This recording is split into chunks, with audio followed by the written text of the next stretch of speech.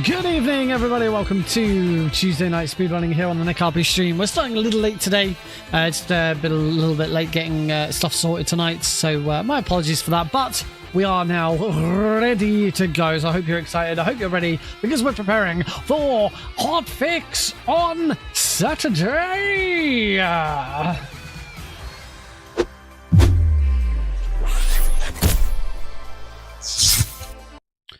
Good evening, everybody. Welcome to Tuesday Night Speedrunning. Hello.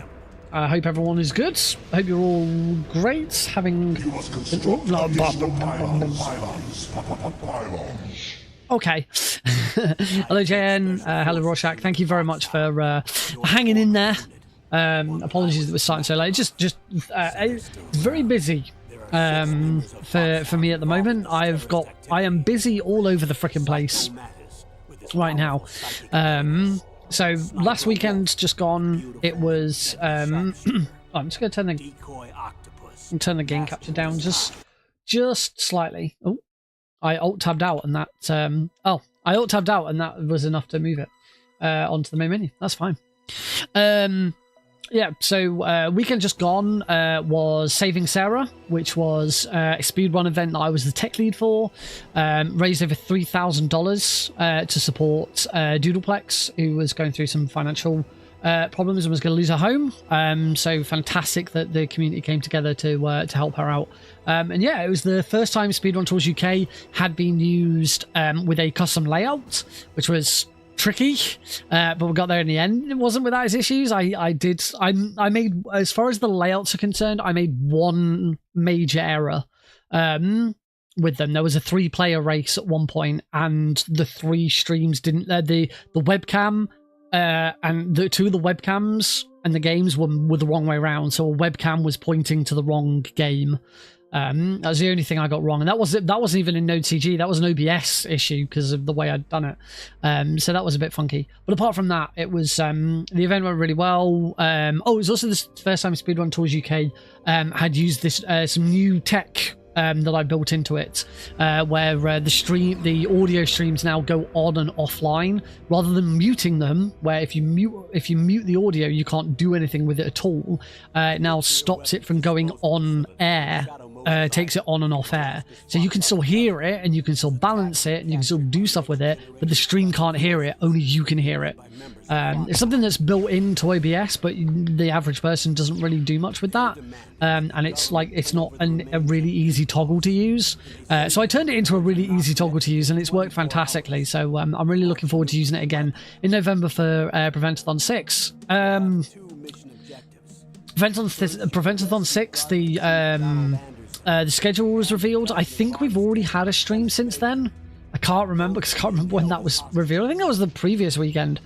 But I'm running on Metal 80% Hard with a donation incentive to upgrade to all achievements. So for next week, we will be practicing on Metal again. It's going to be good to go back to on Metal. I'm looking forward to it. And then outside of all of that, last week I was at an award show with work. This week I'm at an award show with work. I'm at an award show on Thursday, so there is no stream this Thursday. There may be a stream on Friday instead. I don't know yet, because on top of all of that, we are currently in the middle. I say in the middle, we're about at the tail end of decorating mine and Heidi's bedroom, because our bed keeps collapsing. Our bed kept collapsing. I was about to say keeps collapsing. Our bed's gone. Our bed kept collapsing because it was secondhand. It was old. Some of the joints had like come away, and so it was really easy for the middle of the bed to just sort of give way, and then the whole thing sort of collapse inwards. And so we've decided to buy a new bed. But I'd always said if we were going to buy a new bed, then at the same time, let's decorate the bedroom and do the carpet. Because our bedroom at the moment is hard floor. It's laminate. I suppose you call it laminated flooring. Loads of the house was laminated. So Alex's bedroom was laminated flooring. Our living room was laminated flooring. And our bedroom's laminated flooring. This room that I'm in right now, the spare bedroom, this has always been carpet. So we've already put carpet down in our living room and in Alex's room, and now we're putting carpet down in our room. So this weekend on Saturday, I've got carpenters coming to put carpet down, and IKEA is delivering a new bed. So I said, look, rather than us do each bit by bit, so we get a bed and we have to put it together, and then we have to take the bed out so that we can decorate, and then we have to put the bed back in, and then we have to take the bed out if we want carpet. I said, let's just get it all done in one go. Now is not the ideal time for this with everything else going on, but we've managed to make it work. My father-in-law's been over the last couple of days. He's been fantastic, as he always is, with them helping us decorate and put up wallpaper and all of that.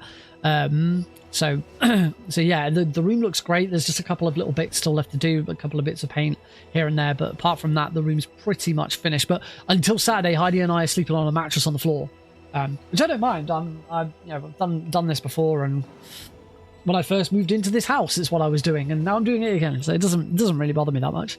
But yeah, just sort of in amongst everything that's going on. I've got back-to-back weeks of award shows. Heidi's got stuff going on with work. I had Hotfix last weekend, as well as Saving Sarah. I've got Hotfix this weekend. Technically, I should have Hotfix on Thursday, but unfortunately, because I'm at this award show, I can't. My next Hotfix show. So if you don't know, I'm a Hotfix showrunner now. Friday just gone was my second episode of Fast Travel, where we travel around the world and highlight speedrunners and speedruns from different areas around the world. Episode 1 was a couple of weeks ago. We came to the UK. We had 3 British speedrunners, all running British developed games. I'm just going to move on to options so that we don't have the music just going on in the background. And then Friday just gone, we went to the Netherlands. We had 2 Dutch speedrunners, Rico and Blastermac, running 2 Dutch developed games. Rico ran A2 Racers 2, which was really fun, really silly racing game where we raced around Amsterdam, so it was like ideal location. And then Blastermac, along with two commentators, did a run of Horizon Forbidden West, and it is easily one of the best live speedruns I've seen.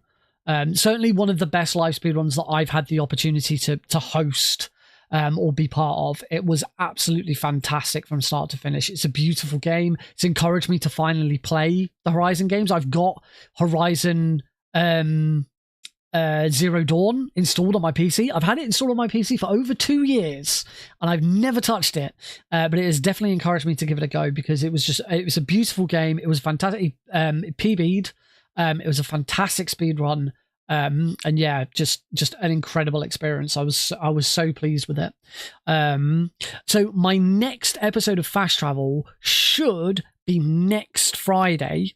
However, next Friday is, I want to say, GDQ Express, whether at PAX. It could be GD Queer. I'm pretty sure it's hey Sanjay, I'm pretty sure it's GDQ Express next weekend.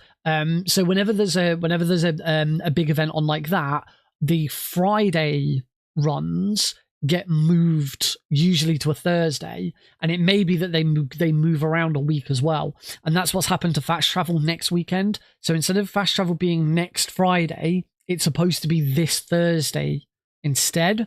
Unfortunately, as I said, I'm at this award show, so when they moved it and said, this is the date it's going to be, I said, unfortunately, I can't do that, because I'm kind of contractually obligated to run them on my original time slot. If something does come up, I'm of course allowed to say, I can't do it. Can we get a guest in to host it and all of that? It happens. Everyone does. But yeah, they were like, yep, not a problem. We know there's been a lot of movement. We know not everyone's always available, so it's absolutely fine. So Church is going to be running a special event. They have got a game already confirmed. I can't remember off the top of my... I want to say Alien Isolation, but I can't remember what exactly it is. So yes, Church will be running a special event this Thursday night instead. So I actually get a big break for Fast Travel, because next weekend has been moved to this Thursday because of GDQX. The following week would be my week off anyway. Then The following weekend, my event, mine has been moved again to the following Thursday, because it's GD Queer, which is a weekend-long event highlighting and showcasing runners from the LGBTQ plus community, as I say, called GD Queer. Absolutely fantastic idea for an event. I wish them all the best of luck. Obviously, I'm not really a part of it because I'm not LGBTQ plus.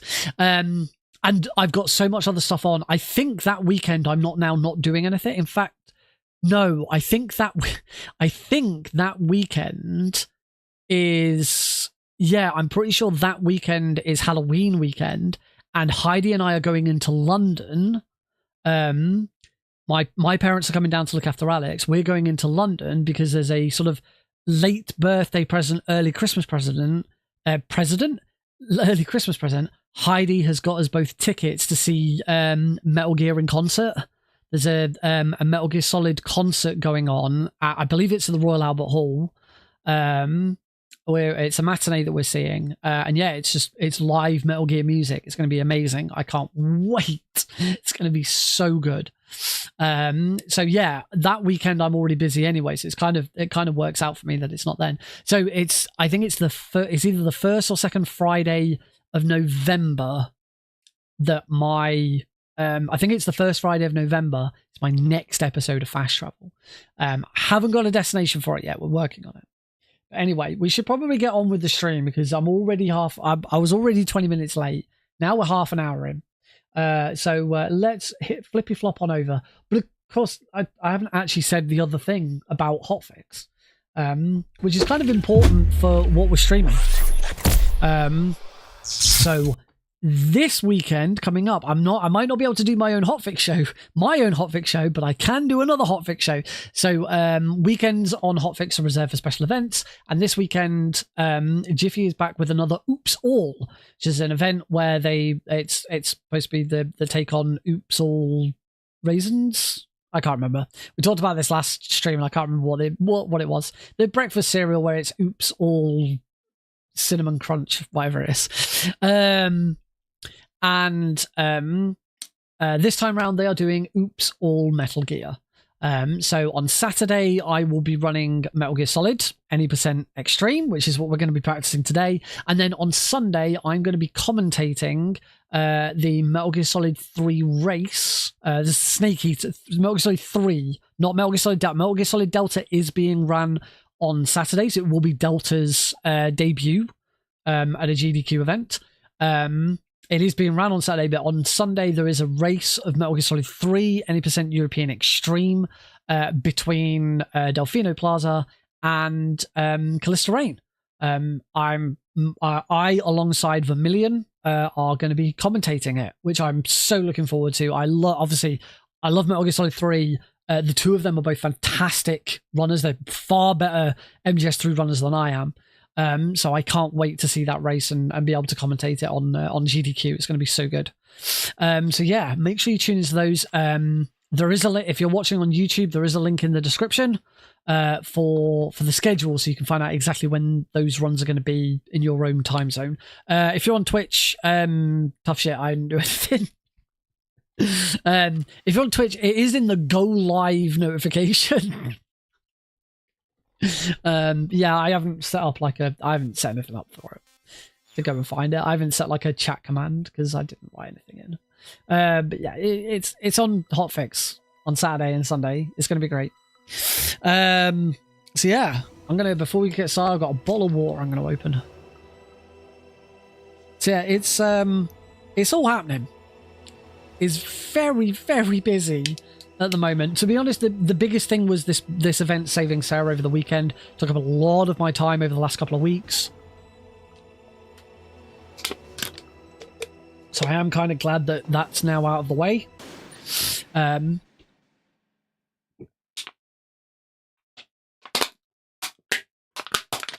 Apparently I'm very, very thirsty. So yeah, and then of course the other thing after all of that is Preventathon 6, which I am on tech staff for. I've got quite a bit of bug fixing to do with Speedrun Tours UK, which is what preventable uses. So yeah, there's I've still got lots of work to do, but it's not quite, the timeline's not quite as hectic now. Yeah, once this week's out of the way, I'll be quite pleased. Because obviously I'm not going to be able to sleep in a bed properly until Saturday night, and obviously hopefully by the end of Saturday our room will be fully done. It was such a horrible time to put this in the middle of it, but we kind of had to. As I said, our bed kept collapsing. I kept putting it back together, and we were just going to work around the bed. And then on Sunday evening, when my father-in-law got here, we got started with some stuff, doing a little bit of like touching up a paint and just sort of the starting bits. And we moved the bed to more central in the room so we could get at all the walls. And of course that shifted the legs in the center underneath. And at one point I just leant on the bed to reach over and grab something we put on, and the whole thing just went. Like every single wooden slat underneath just fell out, the whole thing. And we were just like, there is no point. We are getting a new bed next week. There is no point in putting this thing back together. It's just going to be in the way. It's going to keep collapsing because we're going to keep moving it around. So I went to Heidi and I said, do you mind if we just sleep on a mattress on the floor? And she was like, okay. So that's what we're doing. All right, who wants to see some Metal Gear Solid? Start. Yay, we've got notifications.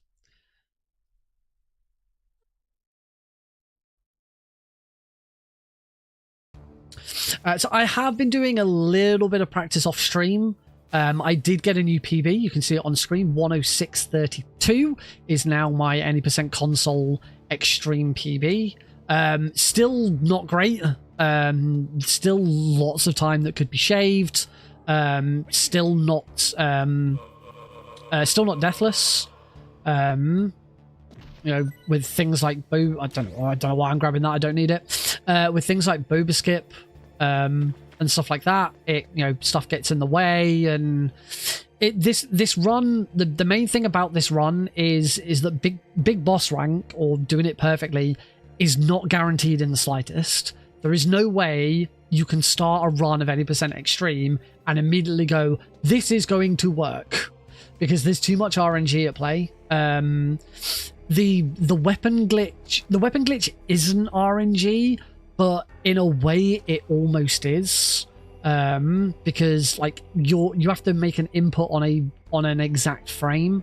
Now if you're good and you've practiced it a lot, it shouldn't be a problem. Occasionally it can go a bit awry, but then of course the big one's the Boba Skip, and you can only afford to try the Boba Skip a couple of times before you start running out of health for everything else later on.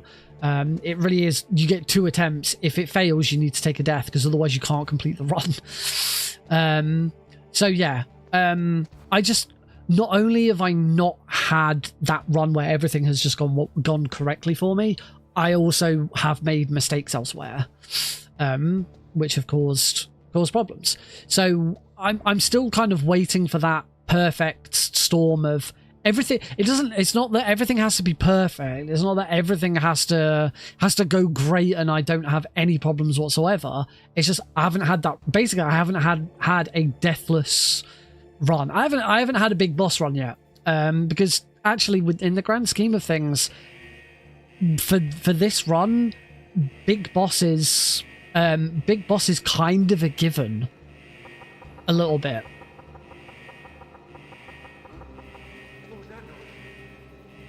Hello, Mr. Solidus. No alert farming, because this is extreme. You can alert farm in extreme. There's nothing stopping you from alert farming in extreme. It's just if you're going for big boss rank, which is what I am trying to aim for on the side, you can't alert farm. You're only allowed 4 alerts for big boss rank. In a casual playthrough of the game, all 4 of those alerts are mandatory. They come at story given times. There's nothing you can do to stop them. In an any percent run, we skip one of them, which is the guard rush in the prison cell. When the Dark Chief's just died, you first meet Merrill and you kill all the guards in the cell. That alert is skipped in any percent, so we get 1 free alert on a big boss run of any percent. If you're doing all bosses, you can't get any alerts. You get no free alerts on all bosses, because you have to go for them. the actual most optimal alert to take as your free one is here. Running and grab it, just running through the lights straight away. This is in like the world record. That is the free alert that you take because it stops you from having to stop for that camera and stuff. But I prefer to play it safe. It's not a huge time loss. That's the other. So JN points out, we said Boba Skip. You only have a couple of chances to get it right. You've also got the Palki, or in this case, because it's extreme and it's big boss rank, the rat. The rat can be in several different locations. I think there's 3 proper locations the rat can be in, and it's complete RNG which one you get. I've had some where the rat has been in a good place, had some where it hasn't. I think this PB it was God Rat. But yeah, it's there are no guarantees with a Metal Gear Solid 1 run. There's so much RNG in it. I think that's one of the things that makes it a bit more interesting and a bit more different from other runs in the game. It does mean that any percent in particular gets very grindy. If you're aiming for a PB or if you're aiming for world record, and I have grinded any percent for world record and not had it, and it's horrible. What was that noise? And unfortunately, there's also this room, which I continually fuck up.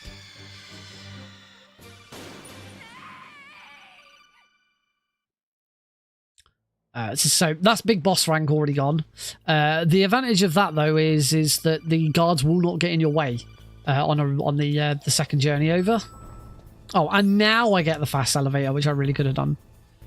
The grinding game shouldn't be allowed. But yeah, any percent can get very, very grindy. Because if you're really good at the game, and particularly when I was grinding it, it was for very easy and easy. It wasn't for extreme. And also it was on the PC version, which is a hell of a lot easier. Ooh. 1, 2, 3, 4, 5, 6. 1, 2, 3. 1, 2, 3, 4, 5, 6, 7. Oh, a bit too high up. So yeah, when I was grinding for it, I was grinding easy and very easy rather than extreme. I was also grinding the PC version, which is a hell of a lot easier. And yeah, the problem with, particularly on the PC version, there's not much to the run. It really is down to, do you get Boba Skip first try? Do you get a good PAL key? How does Liquid go? And that's it. And that's all you're grinding. You're spending 30 minutes at a time just grinding to see if those 3 things line up. And if any one of those 3 things doesn't line up... I had a couple of miles to go. I looked up and saw a glowing orange object in the sky to the east. Welcome, Cosmic. If any one of those 3 things doesn't line up, your run is dead, and that's it. And it's apart from Liquid, which is like Liquid is 100% in your control, it's just a bit of a pain. The other 2 things are completely outside of your control, and there's nothing you can do about it. So yeah, if you're grinding for world record in MGS1 any percent, then you're just basically you're just at the will of the game. And it can get very, very annoying and and that's why I gave up. I stopped running Metal Gear Solid 1 for quite some time because I just got to that point. I was just like, I really, really don't want to do this anymore. This is so annoying. I think one of the straws for me came when I did get world record in very easy, and then I had it taken away from me within I think 24 hours. I was like, okay, I spent like a week solid trying to get this world record, and then it's gone in 24 hours. I'm not doing it again. So yeah, it's a very, very good speed run. It's a very good speed run to get into speedrunning. I should know this is how I finally probably got into speedrunning. But if you wanna be really successful at it, it can be a big grind. There are a lot more interesting runs in the series for me. You win. Like Metal Gear Solid 3 and Delta. Which, yeah, we're going to take a bit of a break from Delta now. What I don't know, I've said in the past that what we'll probably do with Preventathon is we'll do Unmetal on a Thursday or a Tuesday, and we'll do Metal Gear Solid 3, well, Metal Gear Solid Delta on the other day. But that Unmetal run is not far away, and I need to practice any % hard and all achievements. Now, any % hard's not too bad. I can any % I can pretty much pick back up in Unmetal without any problems. You know, I know the game like the back of my hand. It is the game that I am the best at. It's my best speedrun, and I am the best Metal Gear Unmetal speedrunner. So any %'s not too bad. All achievements is a little bit more tricky because there's a lot more going on, and I didn't spend as much time with all achievements as I did with any %. Because you got to remember, with any %, I did that in easy, normal, and hard. Now, normal, I think I've only maybe done 2 runs of normal, and that was about it. Or medium, I think it's called, not normal. Nobody cares about medium. So yeah, I think I did like 2 runs of medium just to get it done, and that was it. But I spent a lot of time doing any % easy. I spent a lot of time doing any % hard. I've showcased both of them at multiple marathons. I showcased Unmetal any % hard for a GDQ, hotfix. Never made it to the main stage or any other event, just hotfix, but that's fine. And so, you know, so any % I'm kind of fine with. I did loads. I have showcased all achievements, but I think I only ever showcased it once. I think I showcased it for Complete-a-thon, and that was it. I don't think I ever did all achievements for anything else. So yeah, it's going to take a little bit of doing to get back into all achievements. So I'll do what I usually do, is I'll spend 1 stream getting back into any %, and then the rest of it all achievements. So I need to have a look at the calendar and actually see how many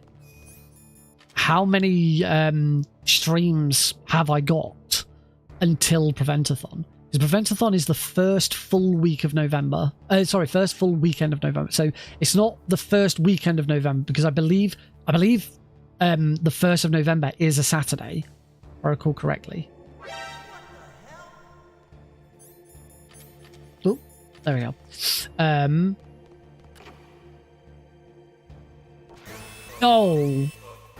already off big boss rank anyway, so I might as well. It doesn't matter that I got another alert. I was like, no, I've got too many alerts now. But as I say, I've already failed big boss, so it doesn't matter.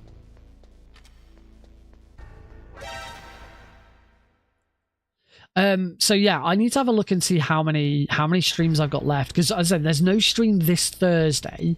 I might stream on Friday as long as everything with with decorating my bedroom is done, because Saturday the carpet and the bed are coming, so it's kind of got to be done. Or the bits that have to be done for that have to be done. There's other bits that could happen later.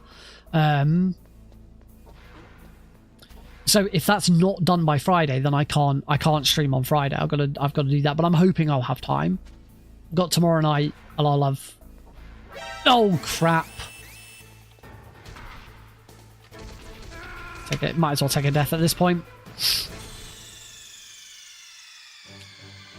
Not fair. Just not properly thinking about what I'm doing. I'm too busy yapping about unrelated things.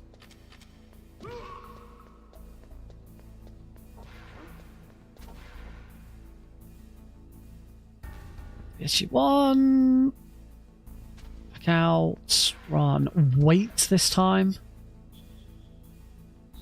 Go now.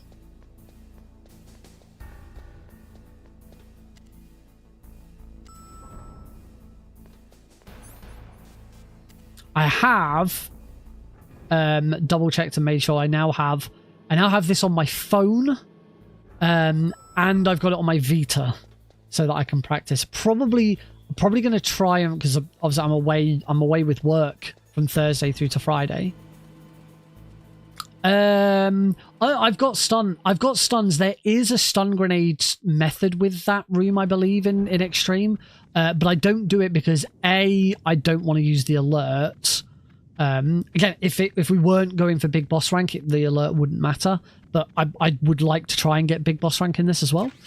But also, I kind of want to save the stuns for later on, mainly Boba Skip. But the stuns are useful for other stuff as well. I mean, if all else fails, stun grenades can be the one thing that you carry around to make sure that Snake can still run at weapon holding speed. Although I do have one spare chaff grenade because I didn't need to use one in the tank hangar. Worth noting, even with all the deaths and stuff I've had, I'm pretty sure I could still PB this run. That just sort of shows you how bad my runs, my PB still is at this time.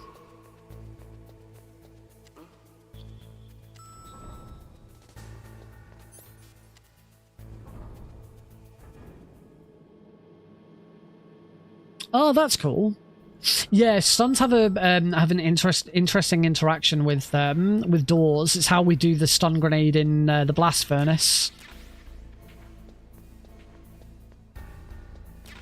If a stun grenade explodes behind a closed door, then everyone still gets stunned, but you don't get the alert.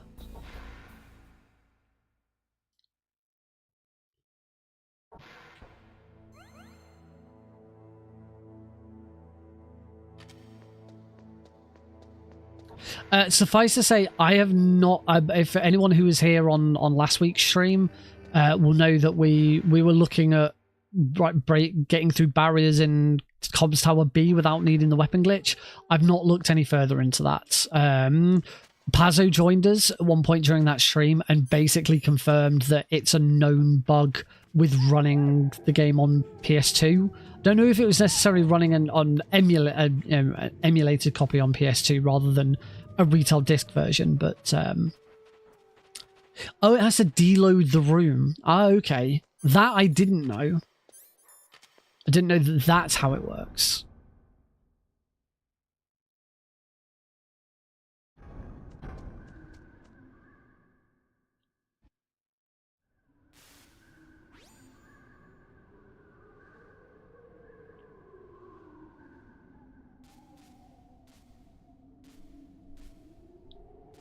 Hey, Enzio.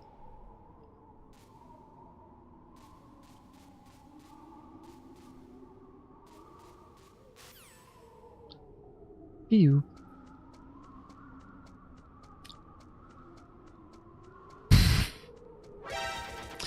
Yeah, that's kind of what's going on in my life at the moment. How's everybody else doing? What are you all up to?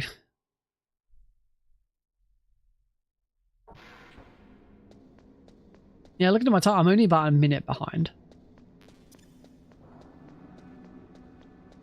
Oh, cool. This is what I'm more known for.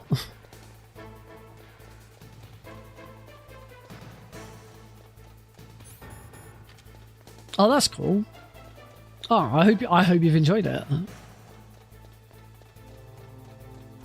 God, I haven't speedrun Vice City in ages. I think it's one that I kind of like. I was done with. I was like, yeah, I probably won't go back to Vice City now.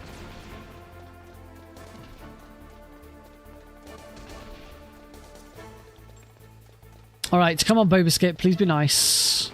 First try, please. First try would be lovely. Yay! First try! I am living the best life ever because I beat the video game. I am living the best life ever because I am out of the stairwell of shame. I am the best at video games. And as I've already said, I could PB because I'm now back on PB pace.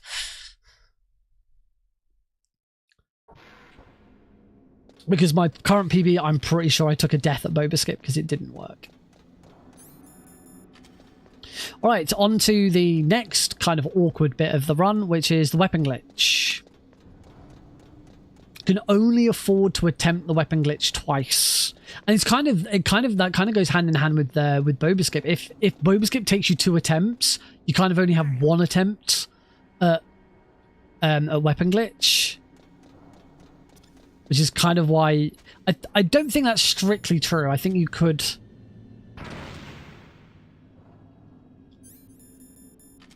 Nice first try. I think you could. I think you probably could attempt both twice, and you'd be just fine. Oh, France is like having a complete meltdown, aren't they? I've done this right. I softlocked my game a couple of times recently. Because I'm just slightly too late on.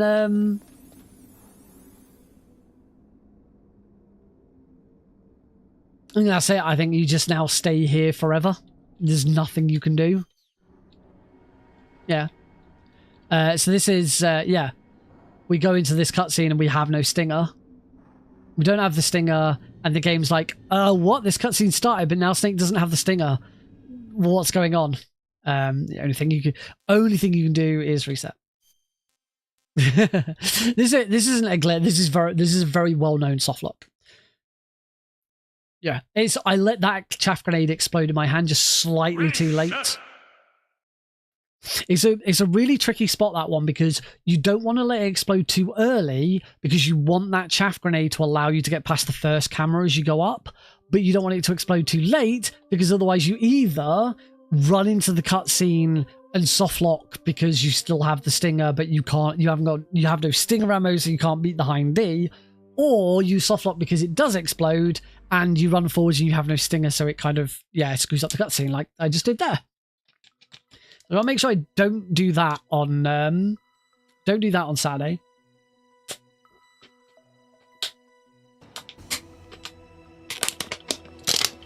It is one of the nasty things about Metal Gear Solid 1 speedrunning. Every single run has some sort of very easy softlock.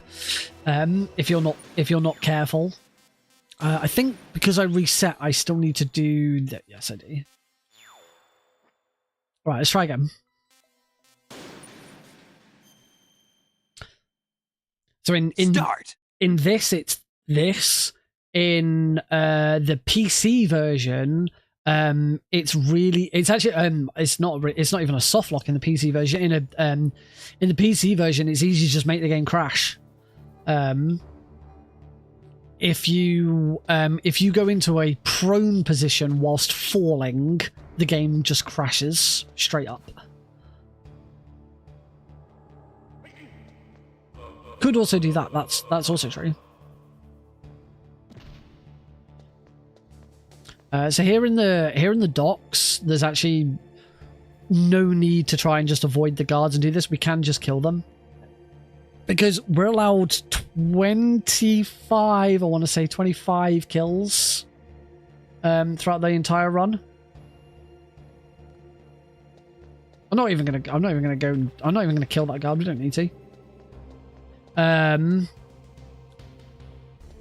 It's either 20 or 25. I can never bloody remember. So because of that, we can kill that guard now. I don't have to worry about knocking and stuff. We can just take a break. So the only thing with this run on Saturday, like, there's so much just chill time in this run that when nothing happens and you're just waiting. So we're gonna be chatting a lot. I have got Metal Gear Solid and El Paso joining me for commentary on Saturday.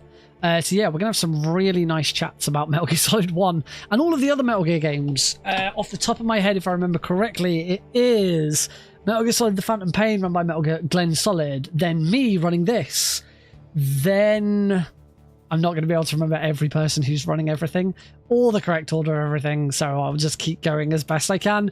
Then I believe it's Peace Walker co-op ran by Pythonicus and someone. I don't know if Ground Zeroes is on the docket. Sorry, before Peace Walker, it's Delta, Any % European Extreme by Joseph Joestar. Then it's and then Saturday ends with Peace Walker. Is it Schmuckle? No, I don't think it is Schmuckle.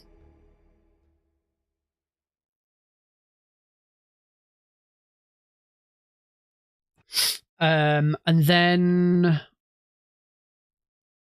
yeah, because if I recall correctly, Schmuckle was approached about doing a run, but didn't want to.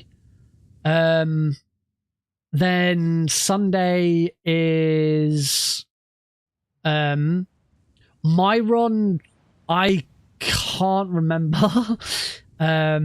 It's something like 8 p.m. UK time or 9 p.m. I can't remember. If you look for the GDQ Hotfix schedule, you'll be able to find it in your own local time zone. If you're watching on YouTube, there's a link in the description.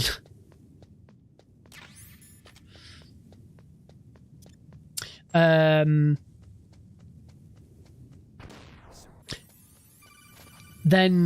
at some point, someone's running Metal Gear, but I can't remember who, and I can't remember when. I know Sunday. I'm pretty sure Sunday opens with Metal Gear 2. I'm going the wrong way. I came into this vent and turned left. This vent doesn't go anywhere if you go left.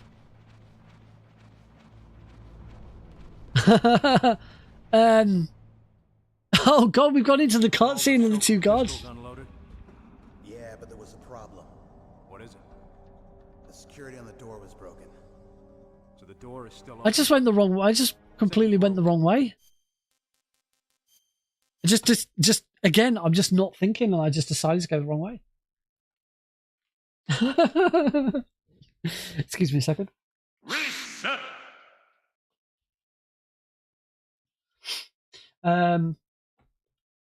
Luckily we weren't that far in, so we can just start again. So yeah, Metal Gear 2 Solid Snake. What the hell are you doing? I ask myself that every day. I will eventually do a play. At some point, you will see the end of this game. This is not good considering I've got a run on Saturday.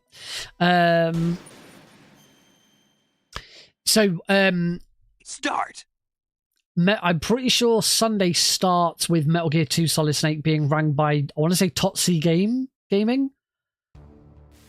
Then I believe it's Metal Gear Solid 2 Substance by House Test. Then it's Metal Gear Solid Mobile, also by House Test. House has got 2 runs. Then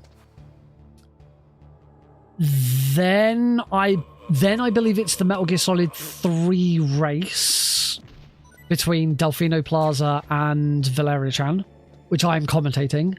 And then I think we finish with Metal Gear Solid 4 run by Sergeant Silent. It's like somewhere in the middle of all of that is Metal Gear, but I can't remember where and by who. I don't think Ground Zeroes is being run. I don't think any of the spin-offs are being run, so I don't think there's no Rising Revengeance, there's no Snake's Revenge, there's no Survive. Like, so Survive only has like 3 speedrunners anyway. I should know I'm one of them. One day Survive speedruns will end because Konami will take the servers down, and unless Konami takes the servers down and gives us a way to play the game offline, that's the only reason. Like, I never wanted to submit Survive to any events, because if I went to an event with Survive, particularly like GDQ, I took Survive to GDQ, and then during the time my run's supposed to be on, Konami took the servers down for maintenance. We're fucked. There's nothing you can do. That's it, folks. Run's dead. I think if that was the case, you would just have to have a backup run. You just have to be like, okay, so you're accepting Survive. But on the very, very slim chance that Konami decides to take it offline, either for maintenance or they actually shut it down, I've got a backup run to do instead.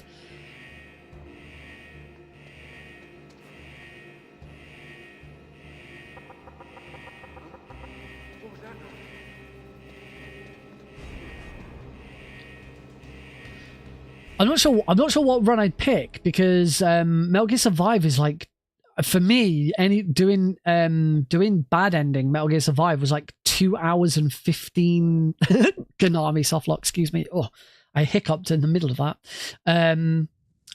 For me, Survive was like 2 hours and 15 minutes, and I don't know what I'd replace that with. I can't think of another Metal Gear. I can't think of another Metal Gear run that is that long on its own. Like, Phantom Pain's not even that long. Peace Walker? Peace Walker's probably about that long. I do recall there's no Portable Ops, there's no Portable Ops Plus, there's no Acid or Acid 2, because again, nobody speedrun those. Sorry, Plywood, nobody speedrun speedruns. I joke, there are a couple of people who have speedrun Acid 2. MGS4 is the closed. MGS4 run by Sergeant Silent is the final run of the event, which makes that it's good. I think it's good that they're closing with MGS4, because MGS4, no matter where you are in the series or like what order you want to play the games in, whatever, MGS4 is the end. Yes, I know Rising Revengeance takes place after MGS4, but it is the end. 1 p.m. Eastern US for Glenn to be sometime. Yes, 10 past 8 sounds about right. Because I'm pretty sure it's around 9 p.m. for the MGS3 race the following day.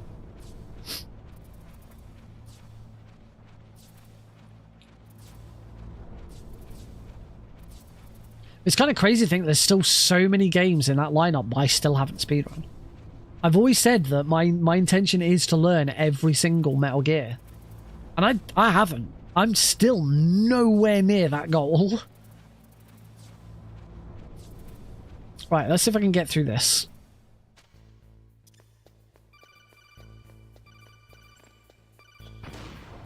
What was that noise? Why?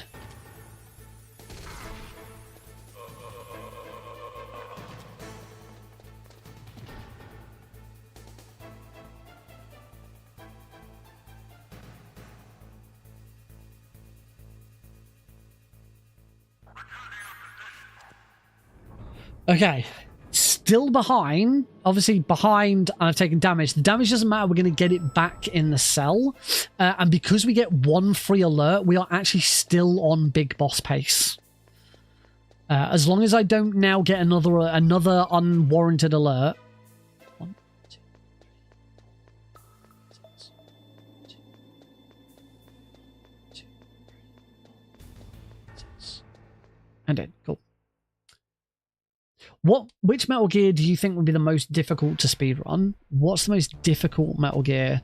I mean, obviously every Metal Gear has different difficulty levels, so obviously it gets harder as you sort of move along. So I'm just going to I'm going to judge this just based on just the game as itself. You know, which game, no matter what difficulty you run, what's the hardest game? The hardest Metal Gear that I currently run and have learnt is Metal Gear Ghost Babel. Ghost Babel is really difficult because it's really long and there's a lot to remember. I'm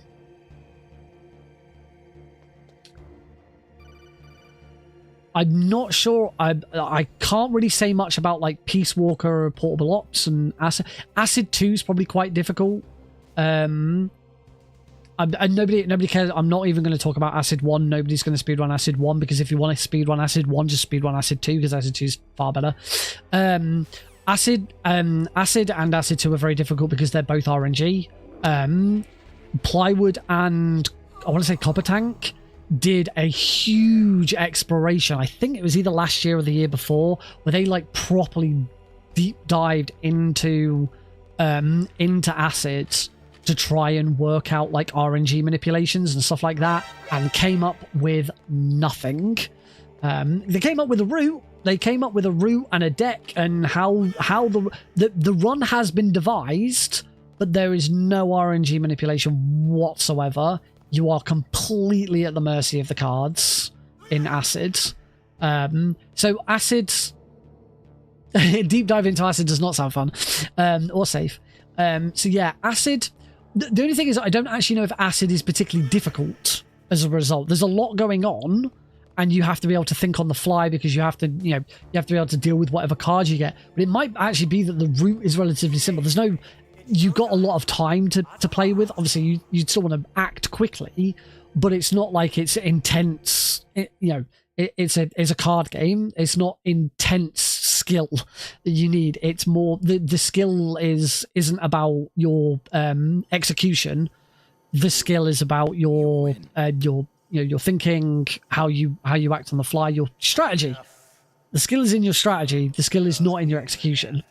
But it's a very long run. You'd still be a lot to learn. As far as sort of pure skill execution goes, probably Rising. Rising is very skill intensive as a speed run. There's loads of tricks and skips and stuff that are very skill intensive on most difficulty levels as well. So and I know from experience of just playing it casually and watching some of the speedruns, Snake's Revenge is actually quite difficult. One of the main problems with Snake's Revenge is you need a certain number of rations towards the start of the game to be able to actually complete the speedrun. And it is, again, RNG, so whether you get those rations or not. If you don't get them, your run's done and you have to start over. So yeah, in my own experience of the speedruns I have done, I would say Ghost Babel is the most difficult. It has some rather annoying and difficult tricks, and it's a very, very long game, so there's a lot to remember. And because of its 2D nature, and a lot of rooms looking very similar, it's not very easy to differentiate things. It's sometimes very easy to get lost.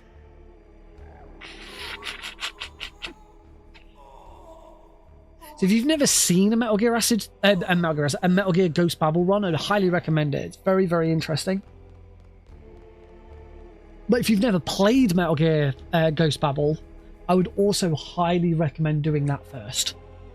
Ghost Babel is fantastic. It's easily one of the best Game Boy Color games out there.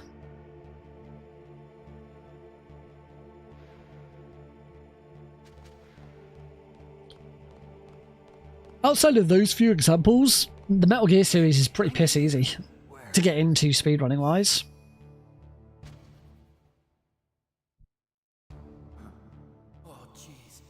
Especially this one.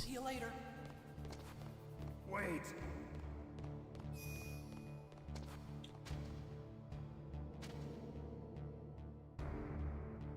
So I highly recommend Ghost Babel. In some territories, like the UK and Europe, for example, it's just called Metal Gear Solid. It's not called Ghost Babel. In fact, I don't think it's called Ghost Babel in America either. Pretty sure in the US it's just called Metal Gear Solid. It was. There is so much packed into a Game Boy cartridge.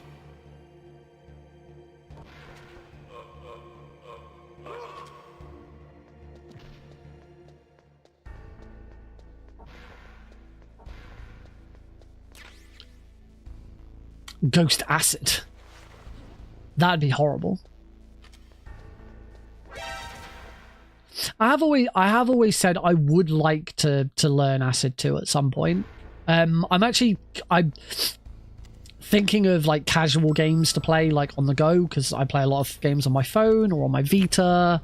I've been playing Balatro on my phone lately. I recently got the first completion trophy for Balatro, which is the one to complete your collection. So you get every Joker, get every deck and get every Joker. There's things like get every pack and get every blind and stuff like that. But the main two are get every deck, get every Joker. Those are the two main things to do in Balatro for completion.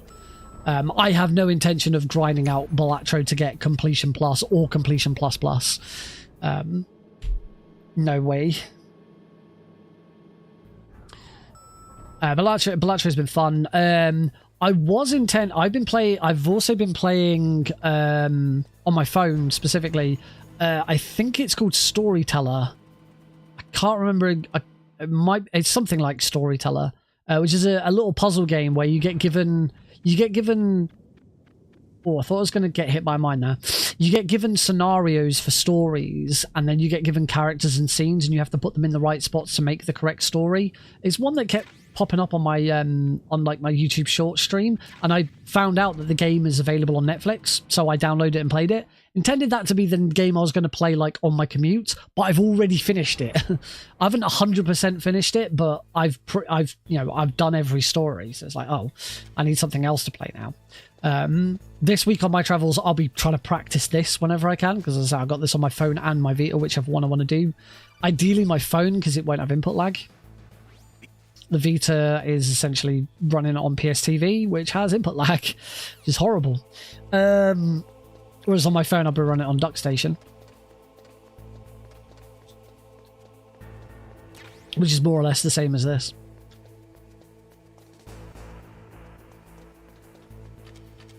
I mean, right, I'm not running it on DuckStation now, I'm running it on the Master Collection, but it's not that much different.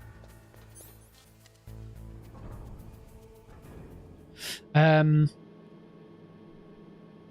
yeah, I kind of now that I've kind of finished Storyteller already. I want a new I now want a new mobile game to play, something to play on the go. I really got into the Breach before I started playing Balatro, but I've struggled to get back into the Breach. And then before Into the Breach, I was playing Teenage Mutant Ninja Turtles, whatever not the Cowbunker collection, whatever the most recent. I can't remember what was it. No, it wasn't Turtles in Time. That's really old Turtles. Whatever the Shredder's Revenge. There we go. I was playing Shredder's Revenge because again, I just went and had a look on Netflix games to see what was available, and yeah, I just downloaded a couple. I have got the Grand Theft Auto trilogy installed on my phone, but I haven't brought myself to play them. Well, I started trying to 100% Vice City and got a bug where one rampage is missing, so I gave up. I just can't bring... GTA 3 I have a love-hate relationship with, and I just can't bring myself to trek through San Andreas because it's just too long. So yeah, I need a new mobile game, so I might go back to Acid 2 because it's been a while. I played through Acid 1 again, like either earlier this year or when I was really getting into my Vita. I played through Acid 1. So I might try. I've tried to play through Acid 2 again several times, and I always give up. So I might try again, see how I get on. I always said after I played through Portable Ops Plus and Peace Walker on my Vita, each time I was like, okay, I'm going to learn the speedrun for this now. And then I never did. I really should. Should really learn one of those speedruns.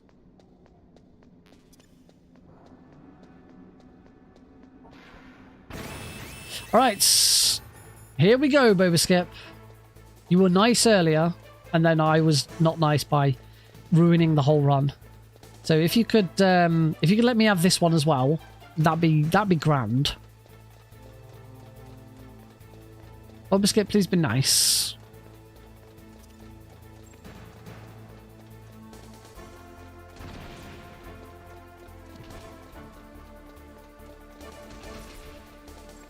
Throw that straight away because he's already shooting at me.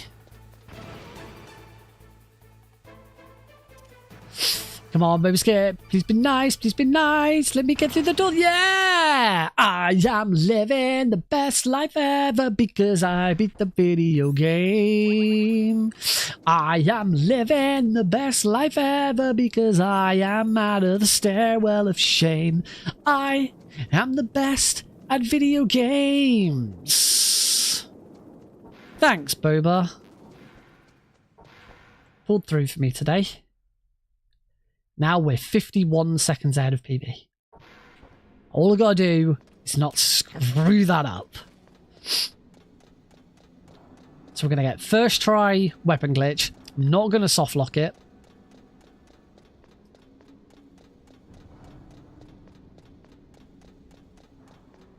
So we're gonna run all the way down these stairs. Damn.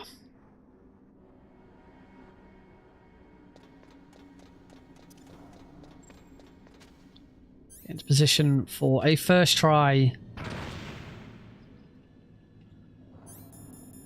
Yeah! First try weapon glitch. Let's go. We are still on big boss rank. Even with that extra alert at the start. So this time, let's not soft lock it. So as soon as I get to the top of the stairs, go.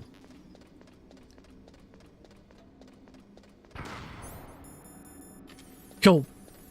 That's pretty much spot on. That's where we want that. That's where we want that to land.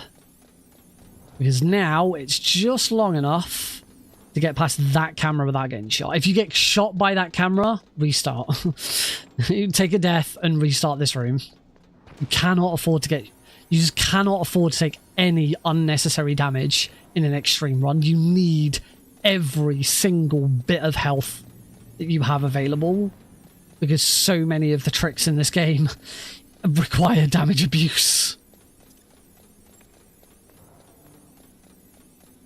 Boba skip sounds like a dance. Boba skip to the left. Boba skip to the right. Everybody do the boba skip. I am going to do something slightly differently here. Normally, I get the chaff grenade straight away and then just go straight back down. So I'm going to be slightly ahead here. I'm going to grab the chaff grenades on the way back because I find that if I grab the chaff grenades first, it's difficult to get onto this ladder. Because you're running towards the ladder from the other side, it's quite tricky to spot where the ladder is. You'll see when we run back past it. I think it's actually easier to get on that ladder as you first go up. So now I'm going to go grab the spare chaff grenades. So yeah, trying to get on the ladder from there, it's a bit tricky to know when to start moving. Oh, grenades.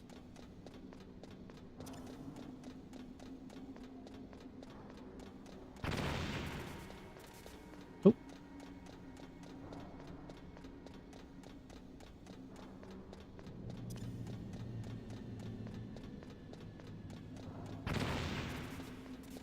I was worried that was a little low, but we were fine.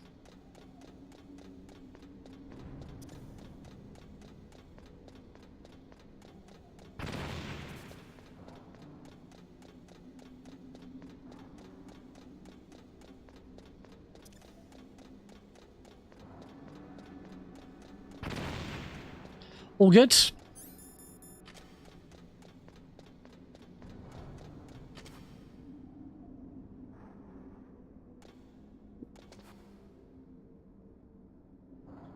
Come on, Snake. Nope. Come on. There.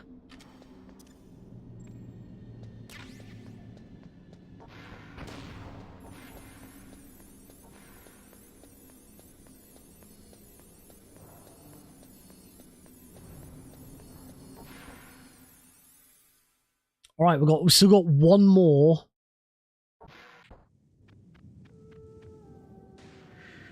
Nice. Still got one more weapon glitch to do.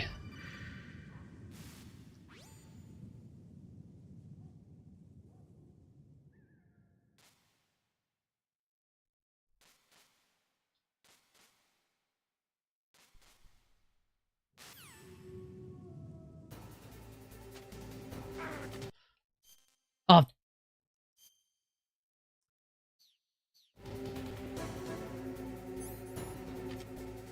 There's no way that worked. I've got to stop doing that.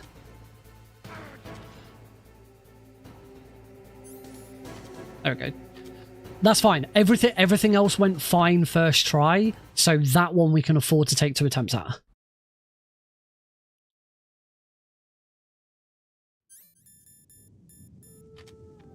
That's the other thing with a lot of these. The more attempts you take on Boba Skip and first weapon glitch, the less attempts you get on everything else. What my current health also means, I'm going to play this safe. What this current health also means is that I can afford to take a single shot of damage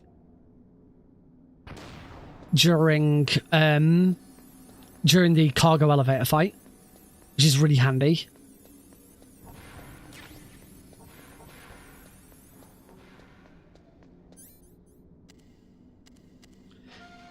Over the weekend, you may have seen it on my Discord channel.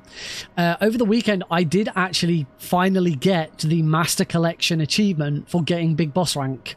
I did share a screenshot of it on the Discord server with a caption was like, "Oh my god, I actually did it, folks! See, Big Boss rank, yes, 100%, definitely did it as intended."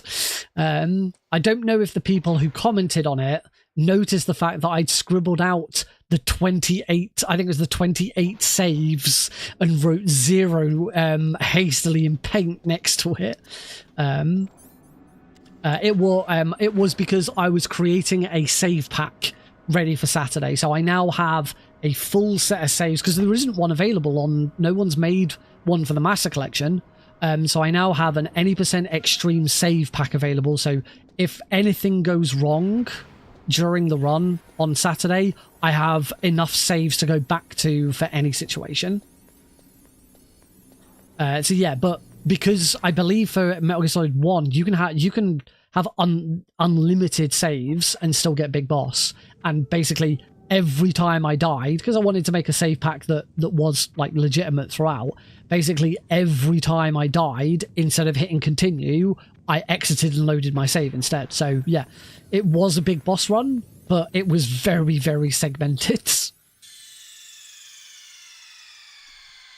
But it was a Big Boss run, so I have now got the achievement.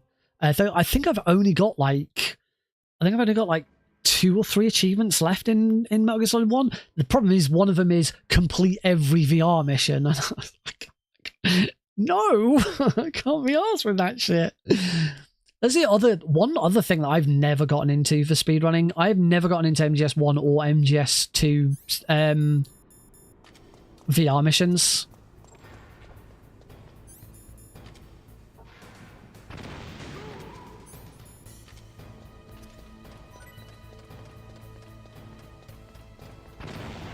Nice, good RNG there. The race for MGS3, it's streaming on twitch.tv/Games Done Quick. It is on the official Games Done Quick channel.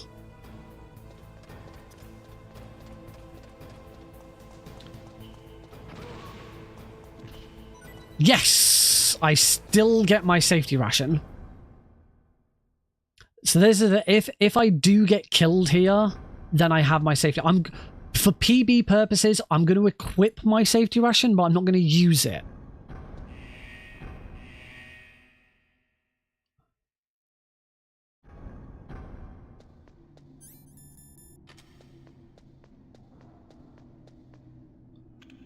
But I think I can afford to take 1 shot, which is fine. I usually do this fight with 1 hit.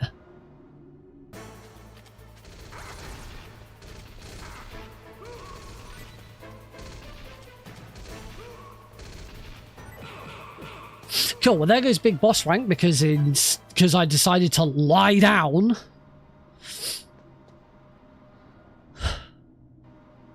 Crane destruction is indeed part of the game. That is that's not a glitch or anything like that. That can be done at all points. It's actually easier to do with the stinger.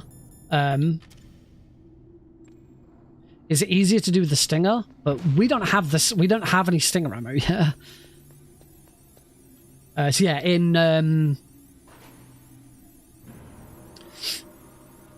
in an all bosses run, you'd use the stinger to take out the crane instead. But we have to use there is some RNG there with where the crane starts. The crane can start right up, really close to you, and when it does, there's a very good chance you'll get hit by your own grenade. It's very tricky to deal with. I just heard a big rumble and it was just hiding next door making noises.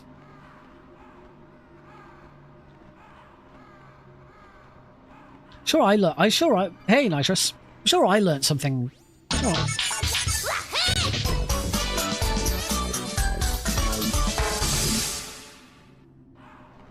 A message from Irish Wolf V, who has now subscribed on Twitch for 7 months. Oh, that was a message. Thank you very much, Irish Wolf TV, for the resub. Very kind of you. Oh, wahoo! I learned something new about one of the Metal Gear games recently, but I can't remember what it was. Right, on to Raven. So, no big boss rank, but we are on quite good PB pace right now.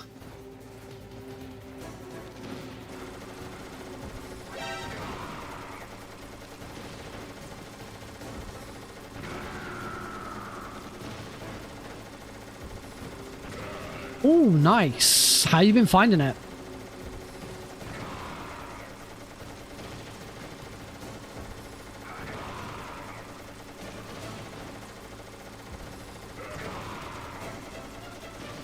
That's something I could replay on the go. I could get that and Dream Champ tournament.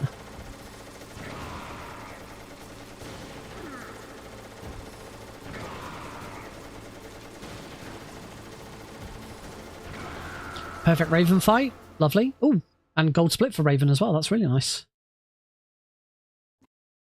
They're both the Game Boy Advance, if I recall correctly, are both quite tricky because they're sort of, you know, big puzzle platformers where it's not always that clear where you are because everything kind of looks the same.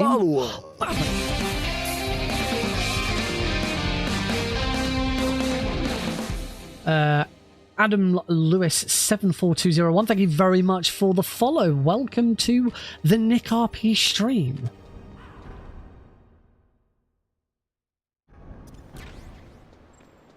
Do I know you from somewhere already?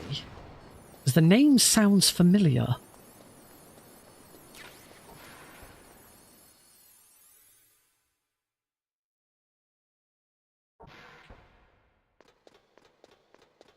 I did post that I was streaming on Facebook today, which I don't usually do.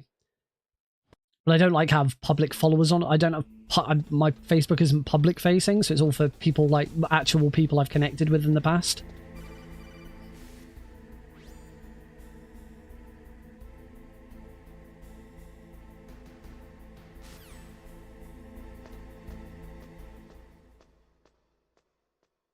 Up we go. So we might not be on big boss pace, and that's going to be really annoying if I lose out on big boss rank just because I accidentally went down to the floor instead of starting that fight. That's going to be really annoying.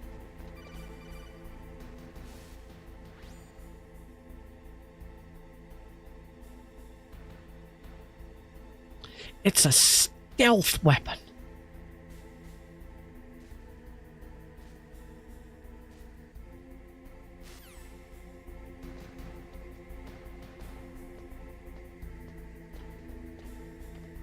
I probably should try and grab a spare ration here, so let's do it. I hope that hits him. Oh.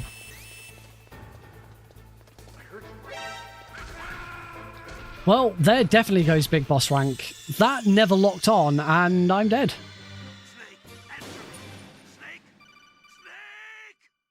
Well, that's I can't believe that still didn't hit him.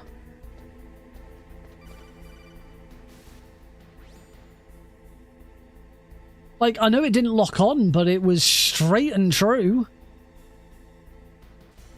That's never happened before.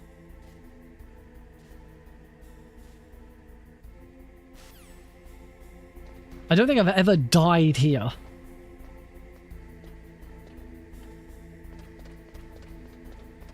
This has been such a good run, apart from that one thing. This has been a really good run. And I get my ration. Bizarre. What good it does me now. Oh, that really sucks. Oh dear. Zwing.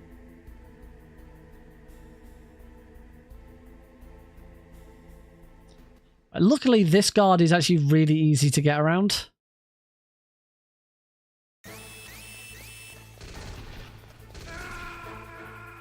He says and then gets killed by him.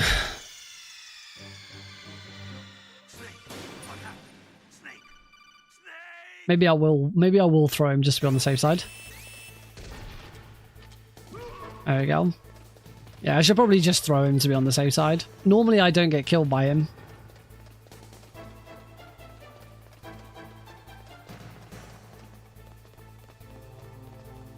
I'm gonna start losing more time. That 2-minute PB is now at a measly 40 seconds. 36 seconds. Whoa.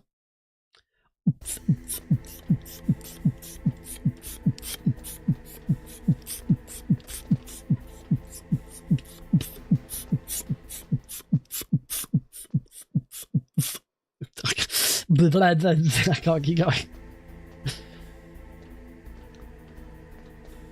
Unts. Deep this is a deep dive into acid. I should have gone the other way with that stinger. And we don't have God Rat. Lovely. Oh my god. Steak, pick an item.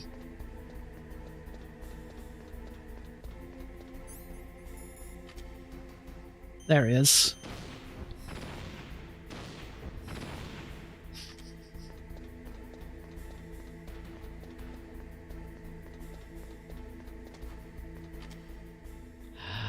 I've just got to wait. I just got to wait for him to come back out. This run was going so well. This run was doing great. Now I can't even shoot. There he is. Get him. Got him, you little bugger. Poor little bastard. Oh. Right, we're back on track, but there goes the I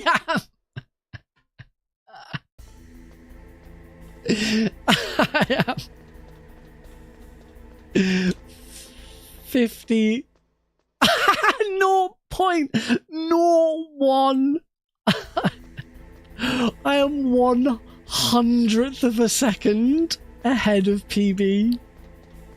1/100th of a second.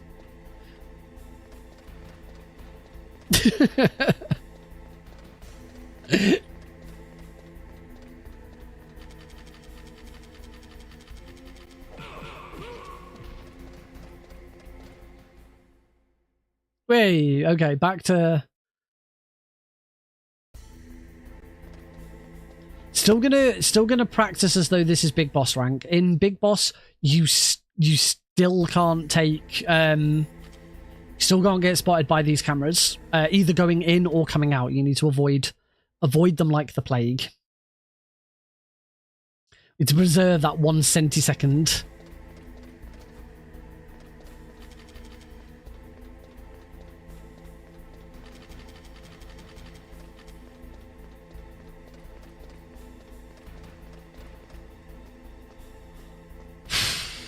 Can I still recover? Right now I should be in the warehouse.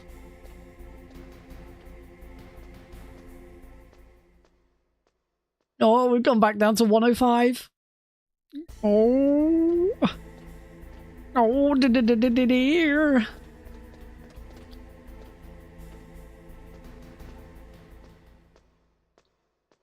Oh, under a second.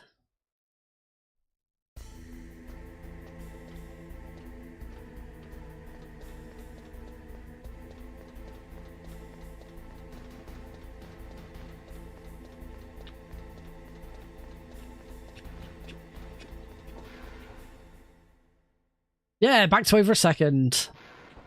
This is all we have now. Whether or not I can be a second ahead or not.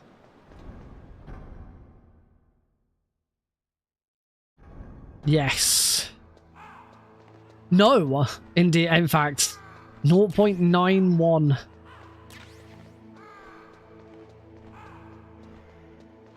Guys suck at this game. Showcasing this on Games Done Quick on Saturday. I am so bad at this. Really, this is only the second time I will have ever showcased this this specific category. Last time I showcased this was for Preventathon 4, which was this time last year, 1 year ago. Preventathon runs twice a year. Once in sort of May, June, and once in October, November. So yes, last October, I ran Metal Gear Solid 1.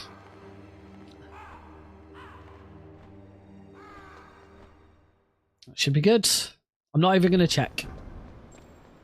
Don't want to check. Here we go out of our way just a little bit to grab some spare, some extra Stinger missiles. Because we're using a few more than we normally would in another run. And they don't respawn. In Extreme, any item box you pick up does not respawn. Ever. The harder the difficulty you go, the longer it takes for an item to respawn. So the number of rooms that you have to move away from the item box before it'll respawn gets bigger and bigger. But on Extreme, once you pick up an item box, it doesn't respawn ever. So that's why I'm going out of my way to get extra. You can, if you don't like overuse Stinger missiles for other things like shooting this guard on this platform or shooting the rat. You don't have to shoot the rat with the Stinger. You can use the FAMAS. You can use a pistol. On very easy, people tend to use the MP5. So that's an option. Or you can throw a grenade at it as well if you really want to. So those are options for not using the Stinger there. I will also want to use the Stinger... Oh, 4 seconds ahead all of a sudden. I will also want to use the Stinger...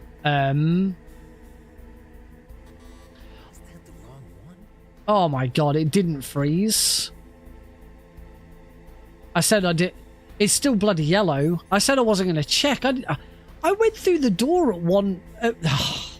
Just went through the door too early. Oh, now I do it again. I can't believe... I must have been milliseconds off. Rip indeed. There's no point in continuing.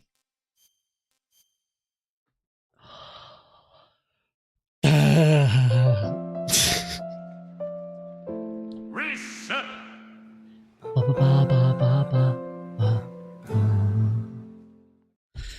Well, this is not turning into a very good set of... not a very good set of runs, is it? No, it's not. Alright, we're going to take a short break so I can get another drink and go for a pee, and then when we come back, I promise I'm going to finish a run, because my gosh.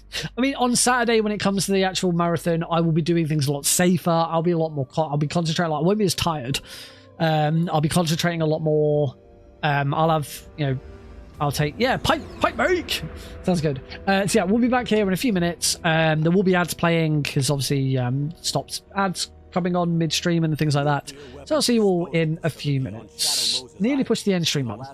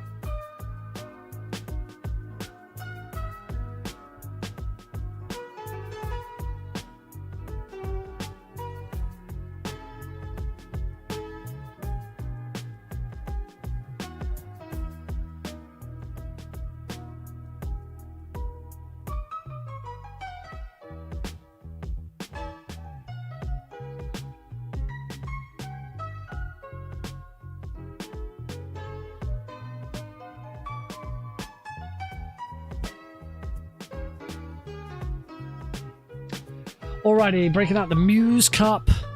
Dr. Pepper. We're doing this. Let's actually finish a damn run.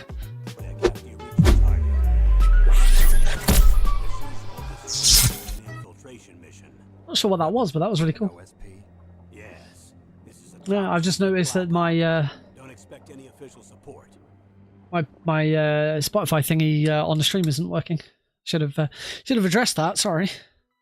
In fact, I'm going to push some buttons right now so it doesn't do that when we finish the stream. Or if I go to another break, it's very unlikely. I don't usually do 2 breaks in one stream. Action history. Go right down to the bottom. Spotify auto runner requeue. There we go. That's fixed it. Not that you can see here, but I've got it open on my preview, and I can see that it is now updated to be the correct song. Don't know why that doesn't queue correctly sometimes.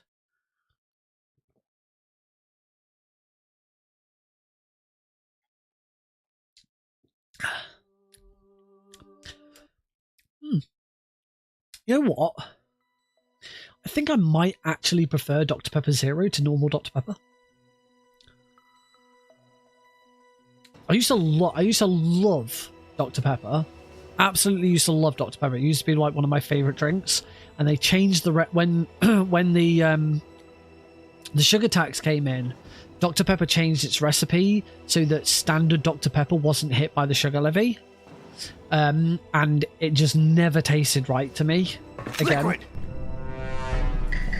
Snake, did you like my sunglasses? Oh, you point a weapon at your own brother?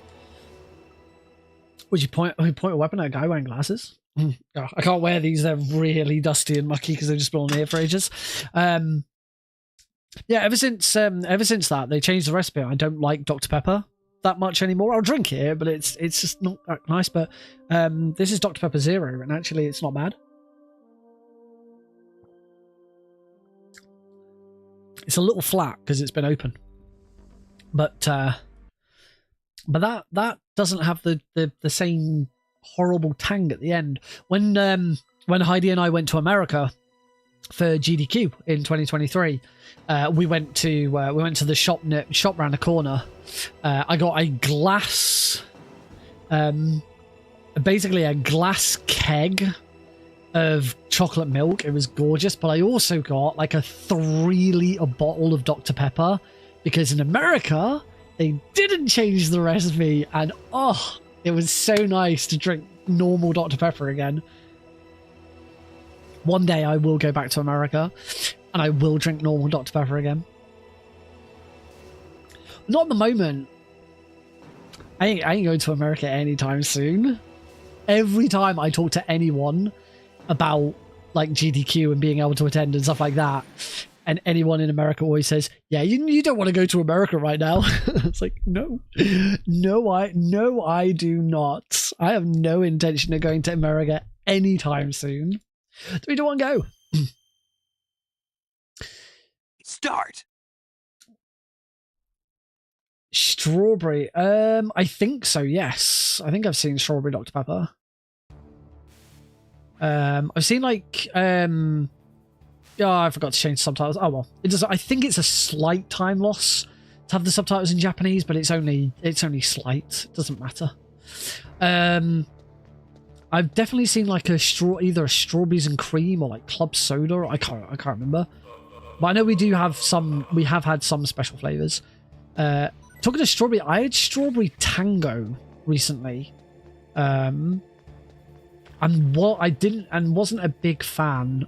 It was a bit like strawberry and lime Copperberg. Obviously fizzy and not alcoholic. And I quite enjoy. Yeah, it probably does taste better in the US because you're allowed to put, presumably sugar and corn syrup in it. Yeah, corn syrup is in everything in America, and it's really bad for you, but it makes stuff taste great. There's a reason why people love it.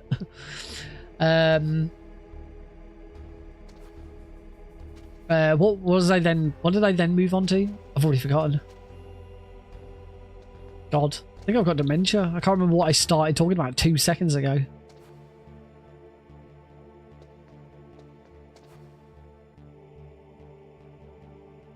Oh, I thought the UK had problems. Then you look at France and the US. I do actually. I think I pay more attention to US politics than I do British politics. Mexican Coca-Cola is made with cane sugar. Oh, that sounds I bet that's amazing.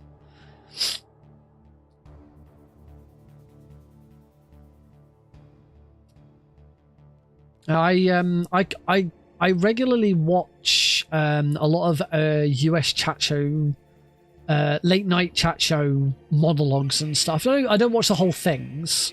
Like Seth Meyers, Jimmy Kimmel. Obviously, I've watched a bit of Jimmy Kimmel lately. Yeah, Seth Meyers and Jimmy Kimmel were the two that I was kind of regularly watching. I see a lot of John Oliver clips. I really should watch John Oliver. I should subscribe to John Oliver. I watch quite a bit of The Daily Show as well. But yeah, just like the monologues. I don't like watch all the celebrity interviews and all of the little bits. Just the monologues. So like Seth Meyers, I'll watch his opening monologue and I'll watch a closer look. The Daily Show is pretty good for that. And obviously John Oliver's one of us, making it big over there. So yeah, those are the 3-4 that I mainly watch. Paying attention, I'm probably like watching the live feed of a train wreck. It is something that a lot of late night show hosts bring up. I think the Democrats sort of bring up quite a lot, and people try and explain it to Trump, and he just doesn't get it. But it is important to note that, you know, when people try to joke or say, you know, the rest of the world currently sees the US as a laughing stock. Yes, we do. You are fucking hilarious right now. You know, if anyone is going to Trump and saying the rest of the world is laughing at us and he scoffs it off, yes, we are. I'm laughing my head off. Because it's insane.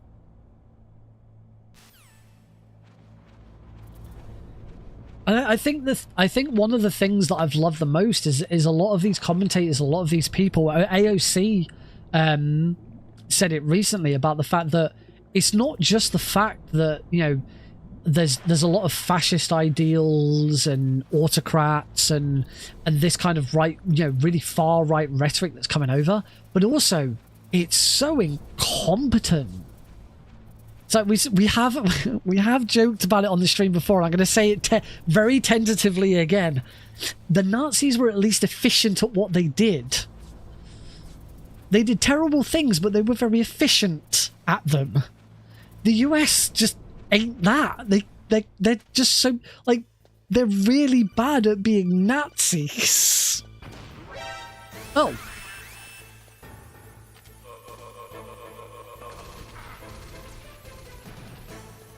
This has gone horribly wrong.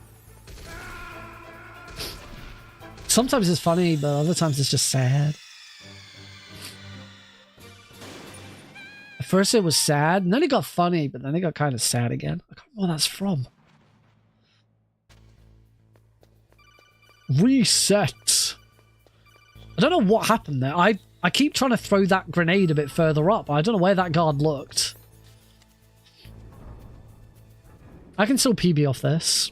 Or do we just reset? If anyone else suggests I just reset, I'll reset. But I really should be doing no reset runs.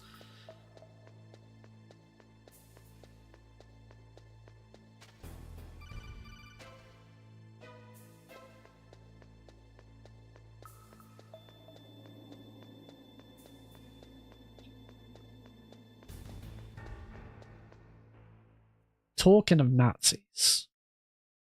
I know we don't like to talk about Nazis. Heck, YouTube's probably having a bloody wobbly already because it's heard the word. But has anyone been watching Peace Walker Season 2? Peace Walker Season 2? Peace Walker Season 2. Did you know Metal Gear Solid 2, Metal Gear Solid Peace Walker had a second season? Has anyone been watching Peacemaker season 2? Because my god, Peacemaker might now be my favorite superhero. Reset and stop talking about Nazis. Peacemaker might be my favorite superhero TV show now. It's so good. And there's been a lot of I've really enjoyed a lot of superhero based TV. I love The Boys. It's obviously a very different type of superhero show. I love The Boys. Daredevil was always fantastic. WandaVision was brilliant. I really enjoyed Moon Knight. I know not everyone enjoyed Moon Knight, but I really enjoyed Moon Knight. I'm trying to think about some of the older superhero shows. I mean, heck, let's go even further back. Teen Titans. Loved Teen Titans as a kid, all of that. But Peacemaker is just, oh, it's so good.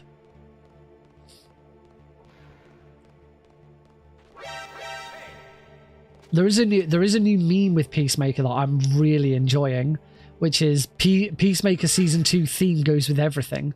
So the theme for Peacemaker Season 2 is a song called, I think it's just called Lord by Foxy Love, I want to say. I could be wrong. I've been listening to it on repeat over and over. If you remember, there was a meme like quite a few years ago, which was Guile's theme goes with everything. But like the most famous one was Scar killing Mufasa in The Lion King, and just putting Guile's theme to the background of that. But now people have been discovering that Peacemaker Season 2's opening theme, I say Lord by Foxy Love, it's just perfect for everything. It's so good. I want to make one myself of a Metal Gear. I want to do a Metal Gear one. You win. There's got to be a really good moment. Had enough. So, you're human after all. The torture will stop as I promised. But I'll take the woman in return. I'll have my fun with her before I kill her. Meryl.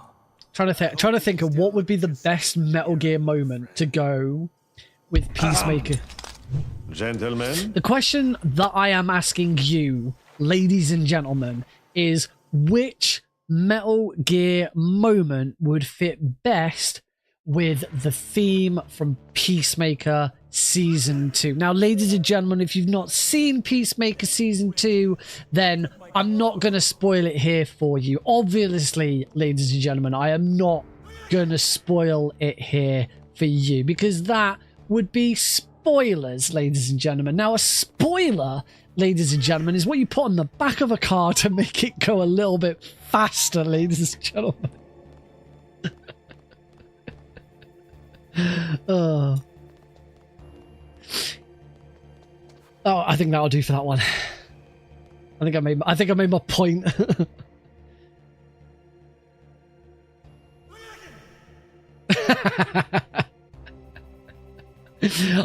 We have got so much. Like when that channel reward was first suggested, I was a bit tentative about it. Who was the last person to go over 9,000? It was Sergeant Deagle. Sergeant Deagle was the last person to go over 9,000. I was a bit tentative with it about whether it would whether it would be worth it and whether it'd get some use. But since it's gone live, that channel reward has had so much use. It's an absolute banger. It's like almost points for a second time. Sweet. But I'm assuming you're not going to use them until someone else has. Now I'm over here. I'm starting to get more used to speaking to this camera again, because this is the camera I use for fast travel. I don't use that camera for fast travel because, you know, I'm talking directly at the audience at the start of the episode, so it makes sense to be talking straight forwards rather than off to the side.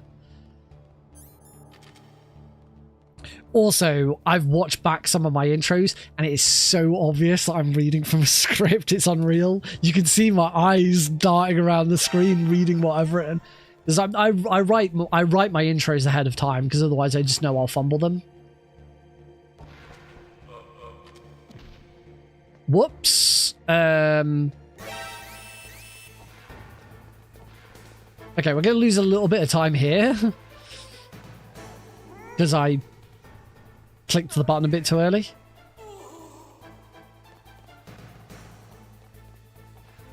That doesn't make any difference other than it being a bit of a time loss.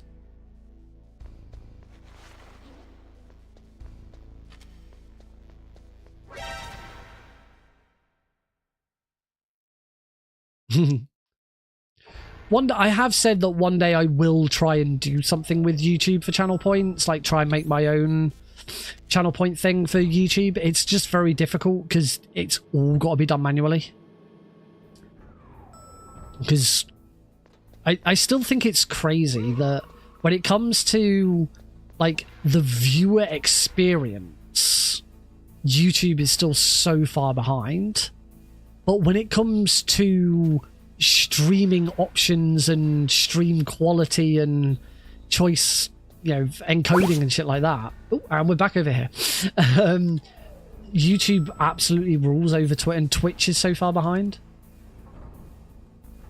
It's like I just want Twitch and YouTube to just combine, so I can just do it. So I can just you know, do the good stuff. Just let me have AV1 streaming to both at the same time, and then everything will be so much better. It's crazy. It's because they both use different services. Obviously, Twitch is using Amazon streaming servers, and YouTube is using Google's. And yeah, the biggest problem for Twitch is that Twitch loses Amazon money. Twitch is not a money maker for Amazon, so they're not willing to put the infrastructure into to improve it.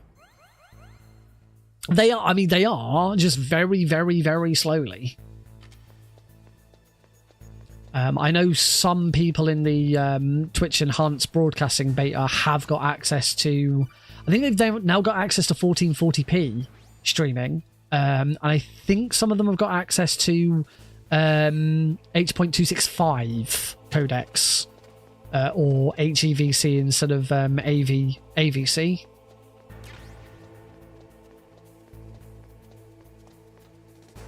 Meanwhile, I am still stuck with 8.264. Not even NVENC. If you had to choose between Twitch or YouTube right now, which would I do?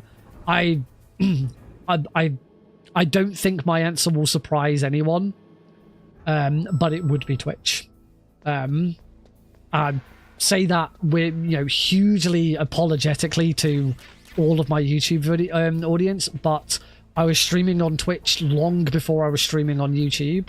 I've been streaming on Twitch now for coming up to 8 years. I think I've been streaming on YouTube for maybe 2.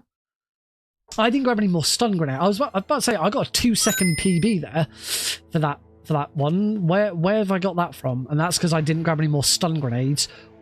You don't need those stun grenades. This is why I boo. Yeah, I think I've been streaming now solidly on YouTube for about 2 years. You know, multi-streaming. But as much as I bitch and moan about Twitch's you know, not being able to use AV1 or HEVC, and obviously Twitch has its problems with discoverability and stuff like that. YouTube's discoverability is worse, far worse, but also YouTube's streaming experience just doesn't match up with Twitch. You know, I've got, you know, I have no stun grenades.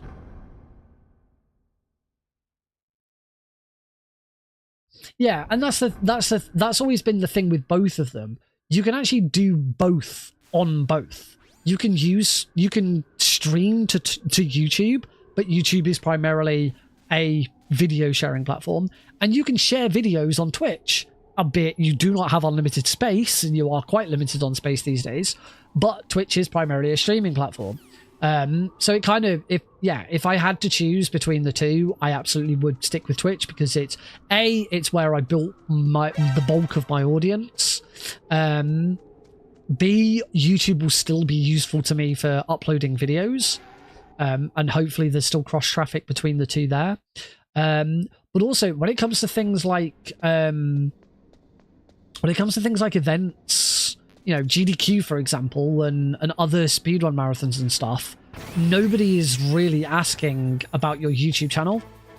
Everybody is asking where you can be found on Twitch.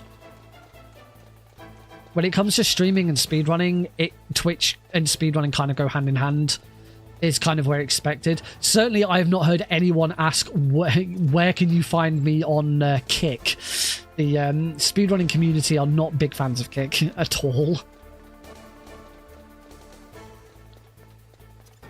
So this is going to be interesting. I only have one stun grenade. I really should have got more. So I kind of got to hope that this goes through first time. Otherwise... And of course, now it doesn't. I've got chaff grenades as backup. So I should be okay. But it's got to go through now anyway. Yay!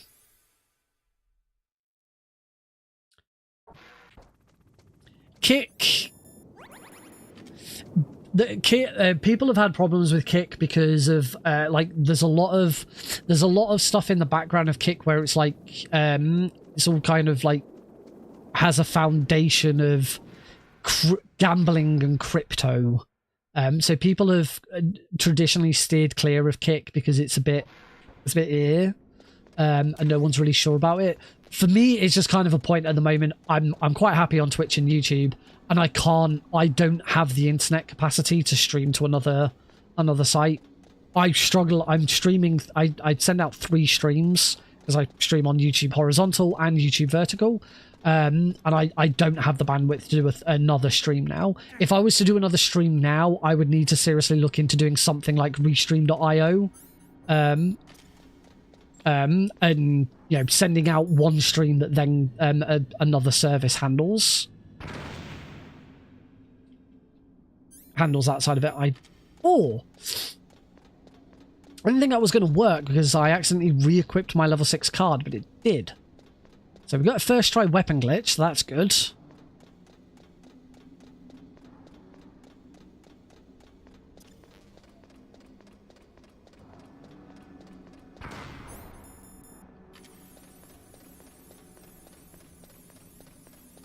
Justin.tv is where it's at.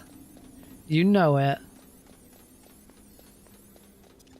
Heck, bring back Mixer. Bring back Mixer. No, don't bring back Mixer. Nobody used Mixer. And that's why it died. Horizontal streams are a waste of resources. Changed my mind. Things at this point, you know, because certainly over the last, ever since I changed my internet at the very least, we have struggled a little bit with keeping stream quality good whilst running across 3 different streams. The problem is I am now at a point where I really don't want to drop any of them. If I absolutely had to drop one of these 3 streams, it would absolutely 100% be YouTube Vertical. Because YouTube Vertical doesn't really get me regular viewers, but it does get... Oh. I said I was going to do this the other way around, and I haven't. But it does get me views. I don't know how many of those views then kind of turn into people then tuning into the others and doing something. I'd like to think that some people, if anyone, I mean, heck, I could. The thing is when I'm looking at names and stuff and I'm seeing who's chatting, for YouTube, I actually don't know which stream you're watching. For me, you show up as YouTube. It doesn't the chat. The streamer bot. Oh yeah, I already got it, didn't I? The streamer bot chat doesn't. They did give all their money to Ninja, and then they ran out of money. The YouTube chat for streamer bot doesn't. You can look into it and find out, but it doesn't at an easy glance tell you where your YouTube chatters are coming from. They just tell you they're coming from YouTube. There is a way to separate the 2 off so that I could see them separately, but I'm in the middle of a speed run every stream. I can't like stop and interact with stuff. So whenever someone is chatting on YouTube, I have no idea which stream you're on. I just more often not assume, and I think I'm correct in this assumption, that you're probably watching the horizontal stream. Because if you're watching the vertical stream, you're probably not chatting because you're on your phone, it's vertical, you're just there to have a watch. Should say that you do have to be very... Oh, I've got a weapon equipped. You can't do this with a weapon equipped. It is very important that that I don't try and steer people away from one or the other. It is actually against... I don't know if it's against YouTube's terms of service, but I do believe it is against Twitch's terms of service for me to basically, do a Twitch stream and then tell all my viewers, oh, by the way, come and watch us on YouTube because it's better. I can honestly say that it's not. The stream quality should be exactly the same on both. It's just whether you prefer watching on YouTube or Twitch. That's pretty much what it's down to. Both come with their own perks. One thing Twitch is getting shortly. New follower. I know of Trovo. I never used it, and I don't really know what Trovo was, but StreamerBot is fully compatible with Trovo, so the name comes up a lot. And Mr. Solid, thank you very much for now following me on Twitch as well. Don't tell YouTube what you've done. It is still alive. Okay.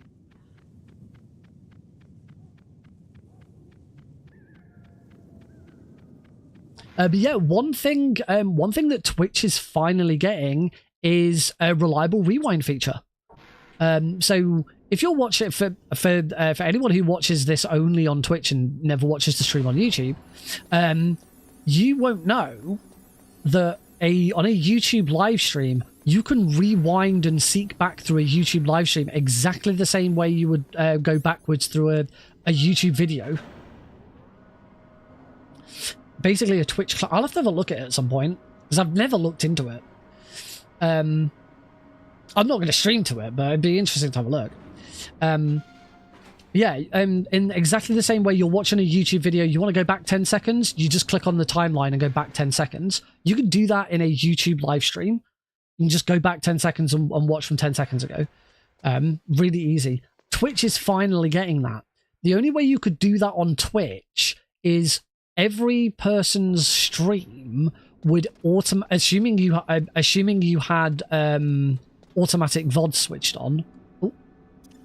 Assuming you had automatic VOD switched on, your stream automatically gets turned into a video, and that video is available straight away. So if you're watching me on Twitch right now, if the new seek functionality hasn't been introduced yet, which I don't actually know if it has yet, then in order to, like, if you want to go back 10 seconds, other than I knew that camera was going to shoot me. Are you okay? Snake? Snake? That was mean.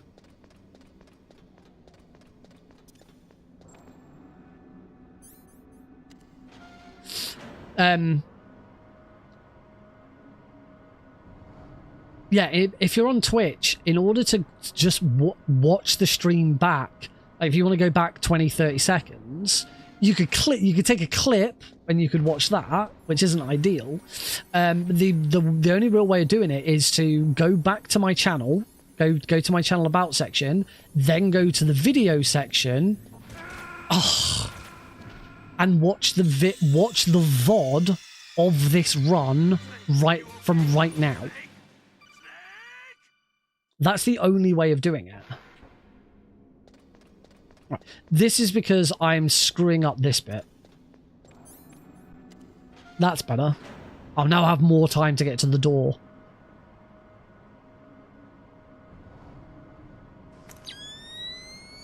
Ah! He's on fire, and the aim of the game is to fuel his flame. He's on fire. I hope stopping for that PSG-1 ammo isn't now going to get me killed again. He's on fire, fire, fire, fire.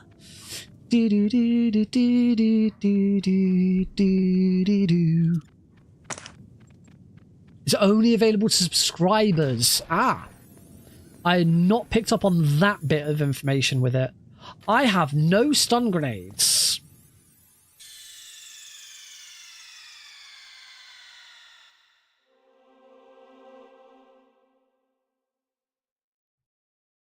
So here is another reason why you really, really should get stun grenades.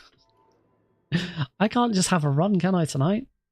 I'm going to screw up every single run that I do in some form or another.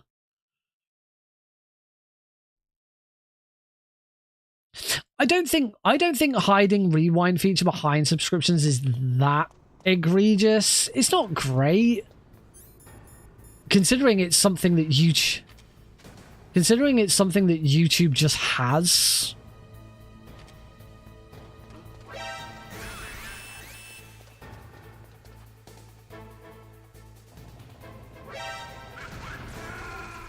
This run might just be dead.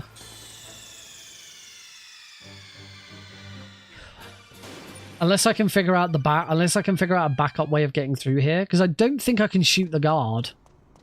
I might be able to still shoot the guard without taking an alert. Yes, I can. I can't throw the grenade though. That's the problem.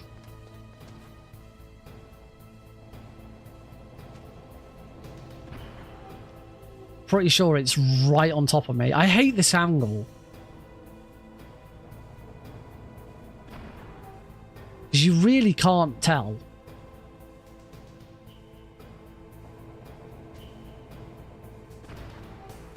And now I'm going to get really... It's now going to go really, really slowly.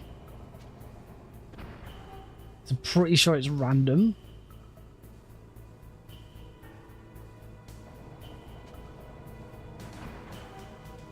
Cool, so that's broken again.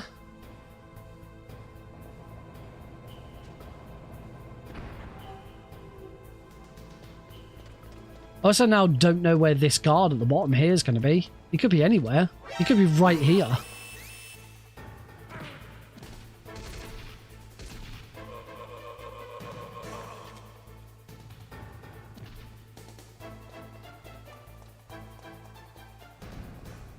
No, I will have a look at that and see if I can get that to work. Because, yeah, that was not 800 well spent.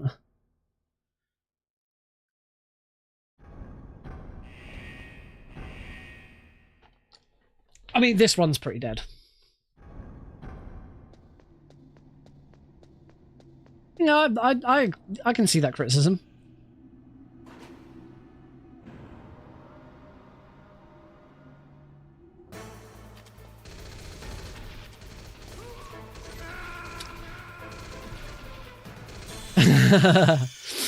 Alright, screw this. This one's dead. Right, let me see if I can fix the frog. Why the frog? The frog's not freaking working again. I've only fixed the frog recently.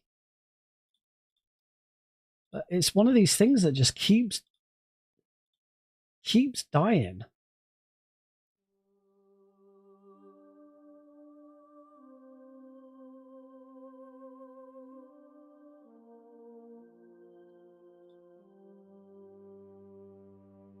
There he is.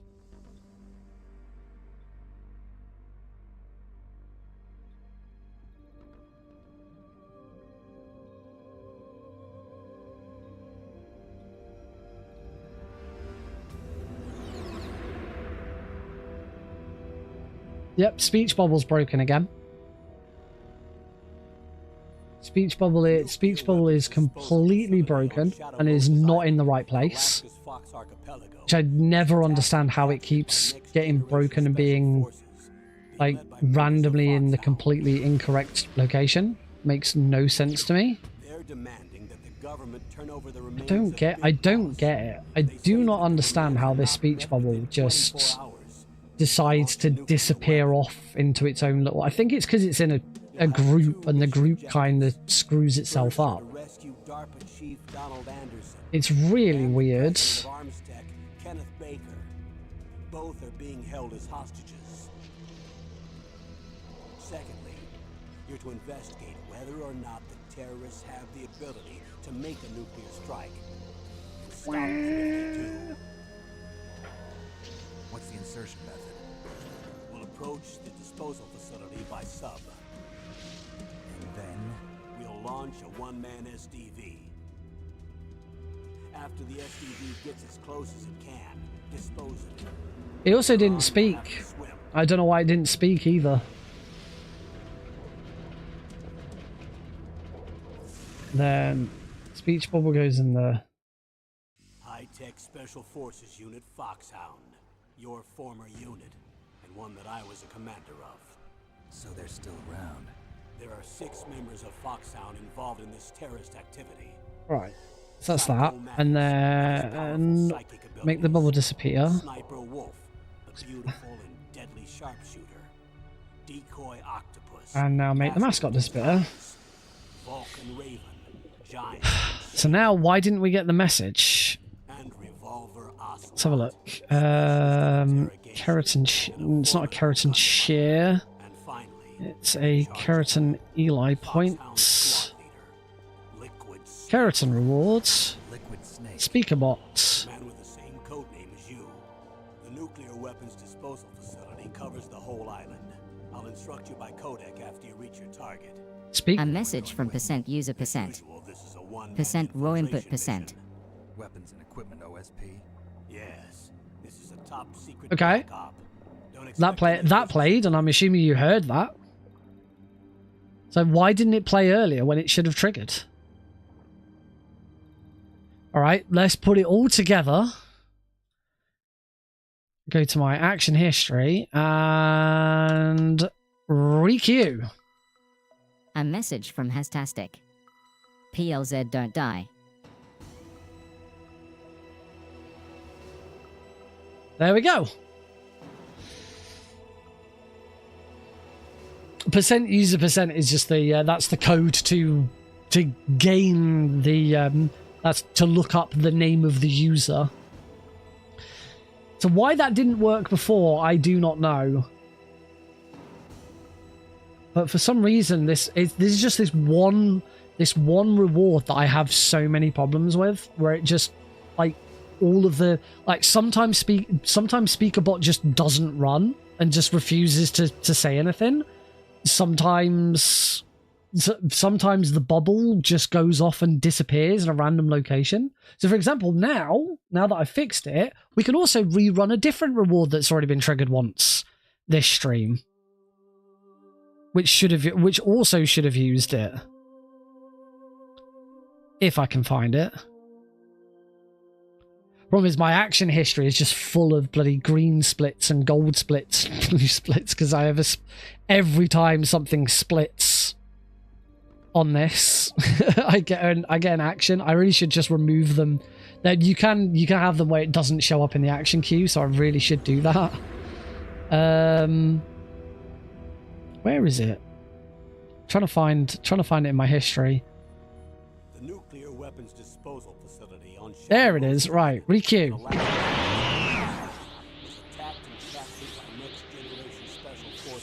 Sergeant Deagle went over 9,000. Does that just say Sergeant Deagle's P? that just said Sergeant Deagle's P, didn't it? Within 24 hours, they'll launch a nuclear weapon. You'll have 2 mission objectives. First, you're to rescue DARPA Chief Donald Anderson. And the I don't know why it only said that. I can see the text on here and it says Sergeant Deagle's power level is over 9,000. Secondly, you're to I don't know why it only came up as Sergeant Deagle's P. For fuck's sake, nothing ever worked. This is that's another filter that so the text that appears is a filter. It's not it is a text source, but there's no text at all in the source. There's a filter in the background that declares the text, and that's what makes it type out. So the filter is the typing of the text. So the action is to update the filter, not update the text. But I think I'm going to completely rework how those rewards work.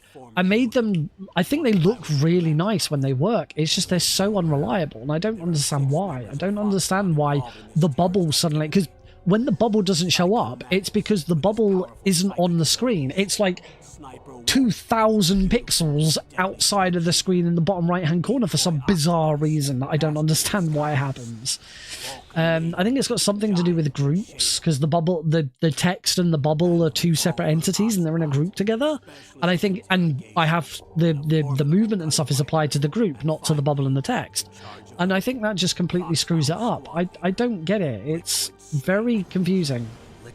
The mascot's nice and simple, because the mascot is a group, but there's no filters or stuff. There's a wonderful I only learned this when I started making the mascot. This thing where the mascot just sort of pops up and down like this. There's no movement filter or anything like that. For any source that you have has a show transition and hide transition. So when you show it or hide it, it transitions instead of just appearing and disappearing like everything else. It actually has the option. You can move it. You can have it peak. You can have it fade. There's loads of stuff. I can do it with anything.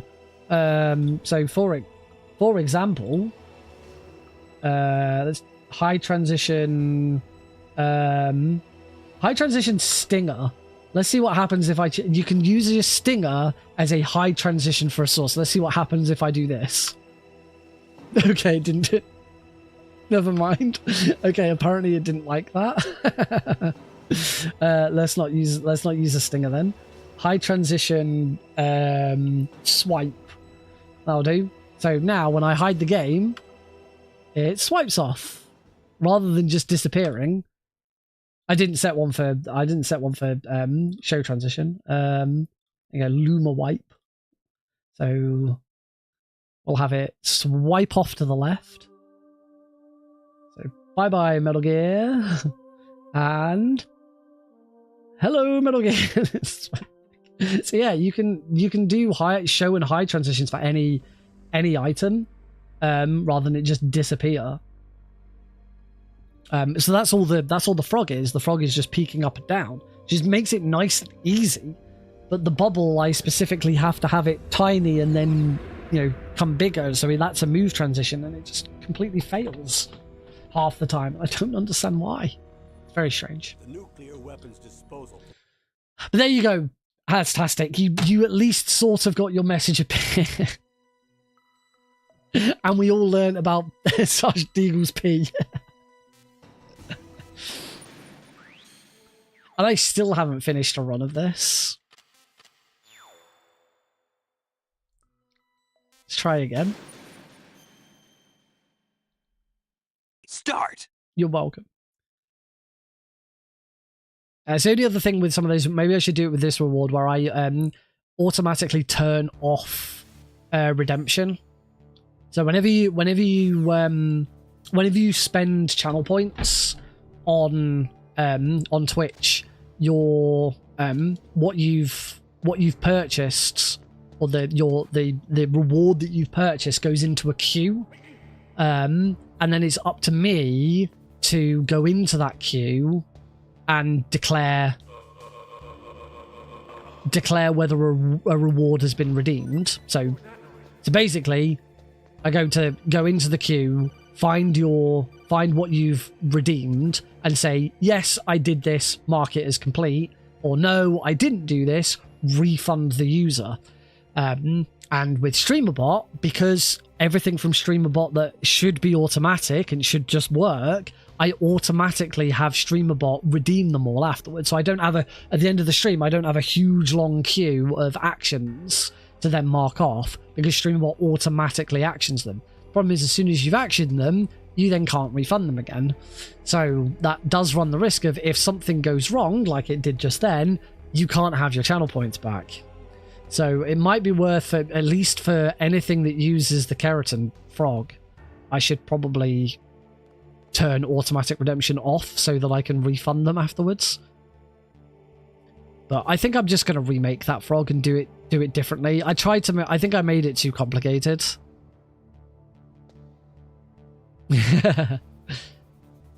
You don't, but a lot of people only have, some people only have 800. I'd be a bit pissed if I'd saved up 800 for that message and it didn't work. There is no way to manually give. You cannot manually give or take away channel points. It's a big problem I had when I first properly started getting into chat. It took me ages to actually get into doing stuff with channel points. I hope this guard's not going to be here.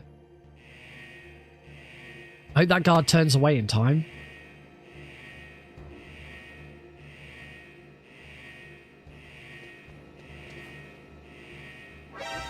No. No, that's my bad for killing that guard. That's useful to know, actually. You can't kill that guard in that position without killing the other guard, because it completely screws that guard over.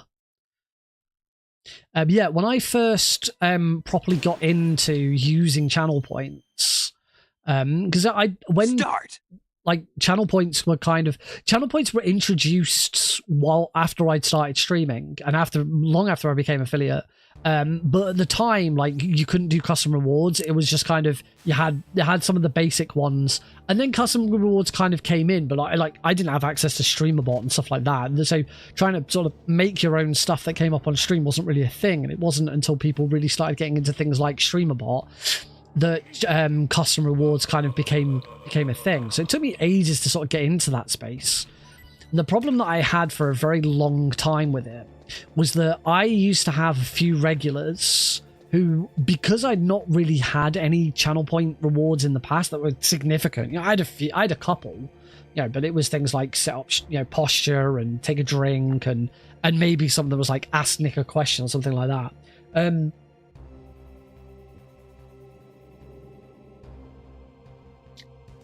I had a few regulars who were sat on 32,000 channel points. So it was really difficult to come up with the pricing and point stuff, because on the one hand, I had to make them cheap enough so that your average user can come sit in the channel for 10-15 minutes and then have enough points to do something with them. That was fun. But on the flip side, I had users with, 32,000 points who would just be able to spam everything over and over and over again. Now, there are limitations you can put on. You can change it so that channel point rewards can only be redeemed by one person. You put a cooldown timer on them for a person. You can put a cooldown timer for them globally. What you can't really do is put a cooldown timer on a person for any reward. You can't say, okay, this person has redeemed a single reward, they now can't redeem any other rewards for a certain amount of time.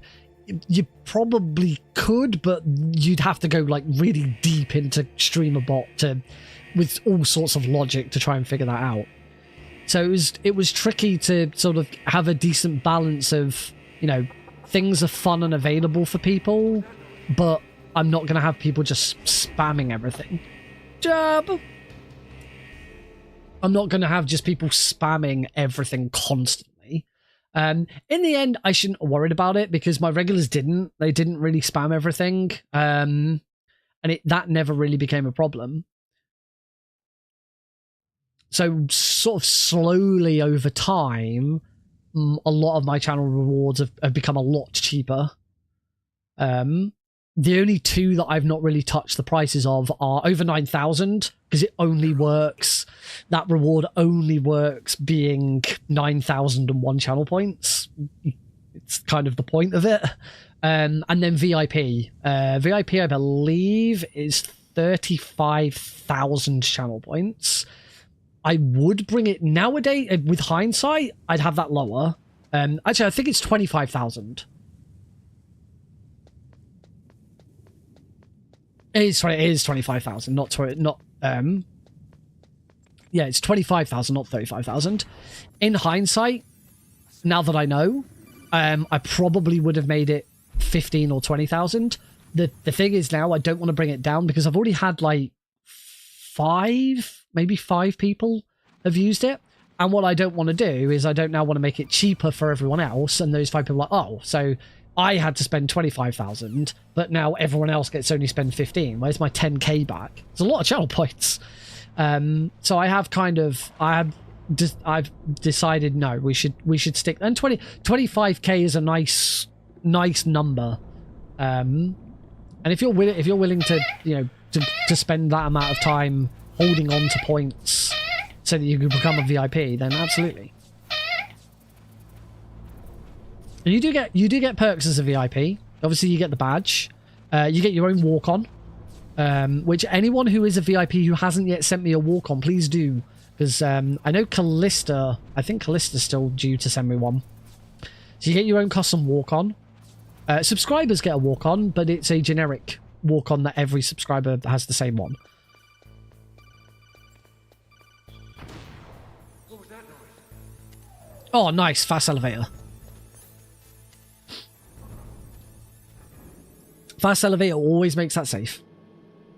So yeah, if you are a subscriber, by the way, you can type in !hi into the chat, and you will get a walk on. But you won't. But it's the same every.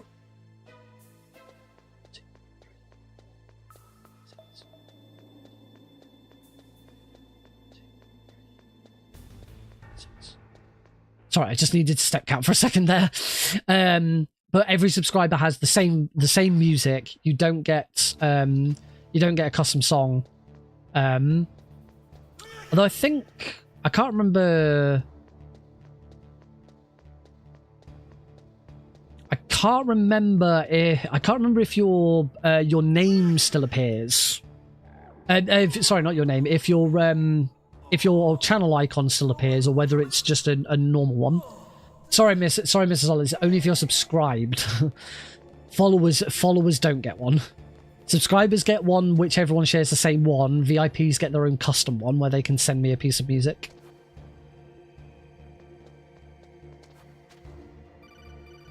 The other thing VIPs get is they automatically get access to the subs and VIPs area on my Discord server. Subscribers to the channel will also get that, but obviously subscribers have to pay for that. It's been VIPs a while, hasn't it? You remember me, don't you? There we go. That was it. It doesn't get redeemed very often. I mean, I play it. I do have a final say on what it is. Yes, every subscriber can use that walk on, so it'll always be Solidus saying that, and you don't get your own icon on screen. VIPs get their Twitch icon appears. Instead, you get the little Eli medal. I didn't think I'd put it so that you get your own icon on screen. So yeah, that's how that works. It's great, the kind of stuff you can do with StreamerBot.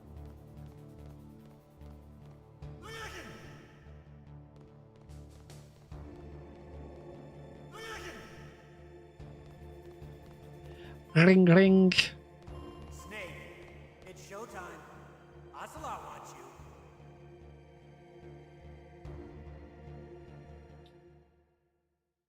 I think that's it for VIPs. I don't think VIPs get anything else. You win. Obviously, you get the fantastic on-screen celebration when you redeem that reward. Which I don't know whether I want to update, because it uses a video as a GIF from Metal Gear Solid 3. I don't know whether to update it to Delta. Probably not. Partly because it's work, I can't be asked. Still look at yourself in the mirror, my friend.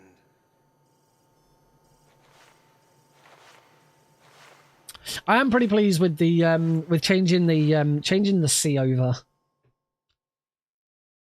Recently determined that the Twitch and YouTube C that we have over the top of the latest event down there, and also it pops up on but in the background of the alert, That was being generated by a filter. It wasn't a GIF or a video. The C was being generated by a filter, and it was actually taking up a lot of resources doing it. So I redid it so that it's just a GIF now. It's and it's not even color. Apparently, color correction filters on on OBS can actually be quite intensive. Discovered part of it was that the color correction, changing it to a purple sea or to a red sea, was actually taking up quite a bit of memory to do that. So yeah, instead now the purple sea that you see below me is a GIF of a purple. I found a suitable free GIF of a sea that I thought looked good. Made it a little bit pixely, so I added a pixel effect to it, and then colored it purple, and then also colored it red. So there's a red version as well, and now that GIF just appears in the background. It'll change to the red GIF if it's a YouTube thing, or if it's a Ko-fi. If you send me a donation on Ko-fi, you get the red sea as well, and then obviously it pops up on the alerts as well. Hey, I'm here. Where? And it's the exact same GIF on the alerts. So yeah, massive, a huge amount of resources saved by just using some GIFs instead of generating a whole sea and having OBS color it.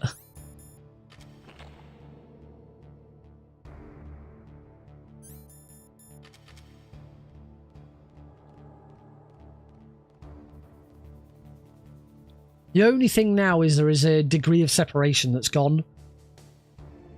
The sea that was in the background of the alert at the bottom was a separate sea to the one behind the latest event. It's now the same one. So it still like the it's like the alert won't necessarily be the right color and stuff, but it doesn't really matter. I'll notice, but it doesn't really matter. No one really cares that much.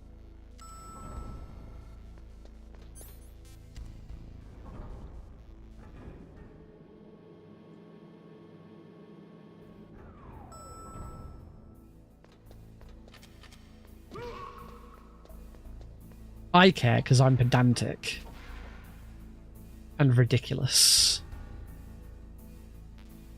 That was a bit slow, but we've got plenty of time because we've got to wait for this guard out here anyway.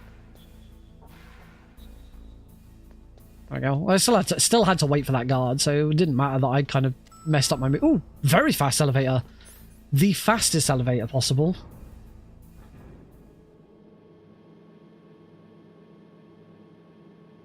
Silly elevators. I've got a YouTube tutorial. I started a YouTube tutorial series that ran through every single room in Metal Gear Solid 1 and talked about each of them individually. And I remember doing the one in for the heliport. Not for the heliport, for the tank hangar. And I spent a good 5 minutes of that video talking about how elevators work. The whole section, because there's 4 different types of elevators. 4 different occurrences that can happen with one of those elevators. And there's only 2 of these elevators in the game. That one and the one in this room.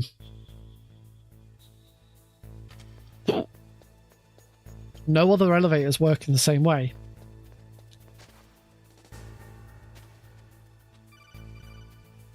But those were intense tutorials.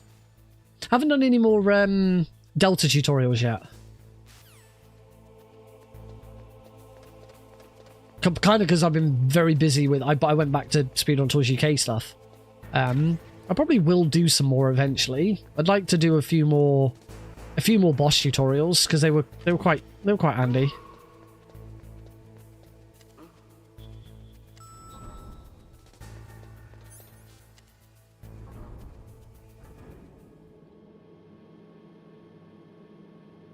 And the boss tutorials are relatively easy to put together as well.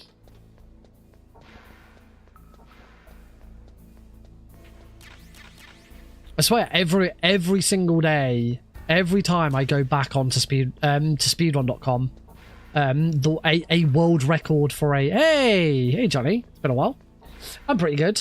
I haven't finished a run yet this evening, which isn't good considering I got a showcase of this at the weekend. But yeah, I'm good. Yeah, every time I log into speedrun.com, a category of Delta has had its world record broken again.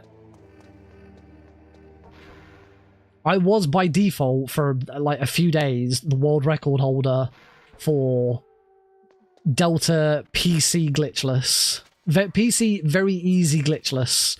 But I was only the world record holder because I was the first person to submit it. However, there was like 2 or 3 people who submitted after me who had worse time. So I did hold it legitimately for a few days. But now, like, I think I'm 7 minutes behind the world record, something like that. Oh, yeah. I got 50 minutes loading remove time. I got 50 minutes dead on 50 minutes. I think the world records are 43 something now. So I need to watch in case there's anything new that I need to pick up, particularly for keratins. There has been a bit of a discussion lately on speedrun.com about trying to tidy up the boards a bit. The main one that's almost certainly going to happen is all bosses is going to be removed. So if you know anything about Metal Gear Solid Delta speedruns, there are everything's split into difficulty and console. So you either do console or you do PC, and then for each one of those, you've got the different difficulties. There are 3 main categories of speedrun: any percent, all bosses, and glitchless. Same as Metal Gear Solid 1, actually. The only thing is that at the moment, as it stands, there's only one difference between all bosses and glitchless. And that is in all bosses, you're allowed to skip the Ocelot unit. Because for some reason, people don't consider the Ocelot unit to be a boss. Whereas my argument is, make the Ocelot unit a boss, and then you automatically have no difference between glitchless and all bosses. Really. Come on, baby skip. Nope. Only really have one more attempt. Yay, that's good. 2 attempts is okay. I am living the best life ever because I beat the video game. I am living the best life ever because I am out of the stairwell of shame. I am the best at video games. Yeah, because the decision was made, for whatever reason, that the Ocelot unit doesn't count as a boss. Technically, in an all bosses run of Snake Eater Delta, you're allowed to skip the Ocelot unit, because there is a skip for the Ocelot unit. Whereas in Glitchless, you're not allowed to skip the Ocelot unit because it's a glitch to skip it. It's like, the whole thing would have been fine if you just declared that the Ocelot unit is a boss. Then it wouldn't have mattered.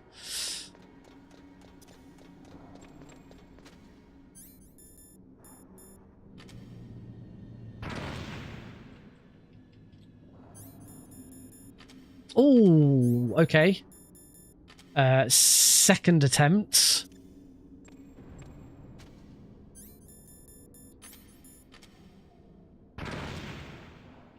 I don't know if I took too much damage there. I think this run, I mean, not dead. I can keep going. I can take a death and... Oh, wasn't close enough to the exposure. I don't know if I'm going to run out. I don't think I can run out of grenades here. Yeah, dead. Yosu is not a boss because it doesn't have a life bar. It makes sense. Incorrect. The Ocelot unit does have a life bar. Why is it called the Bosselot unit? The Ocelot unit does have a life bar. Absolutely has a life bar. It's just not a bar. It's a number. There's a little number on the left-hand side that tells you how much health the Ocelot unit has left. Is that not a life bar? It has a number that you chip away at. Oh.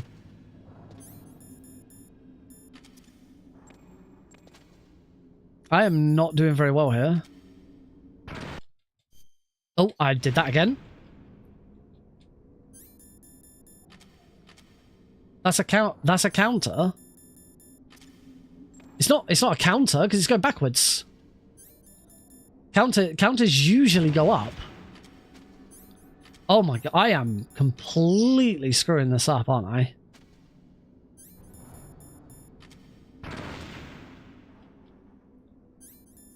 There's no way that worked. Oh my god.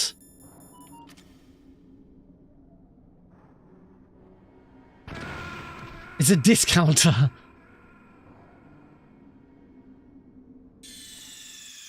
It's not a counter. As I say, a counter goes up. You count upwards, you don't count down.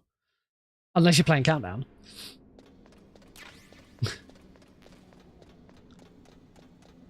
My genuine argument is that the number of Ocelot units remaining is a life bar. It functions exactly the same way as a life bar. It is a number that ticks down as you take health off of the boss.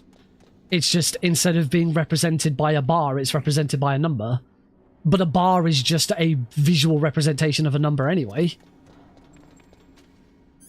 Right, let's get this right.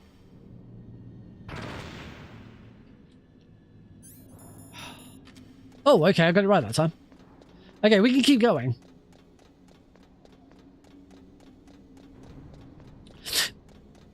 If I am being sincere, so I'll be sincere for a minute. There are plenty of arguments for and against the Ocelot unit being a boss. Neither is the correct answer. Both opinions are completely valid.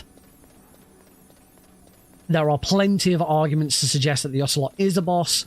So that the Ocelot unit is a boss. There are plenty of arguments. Oh, for God's sake! Seriously, I cannot get a break this right. I can't continue. I have to take another death because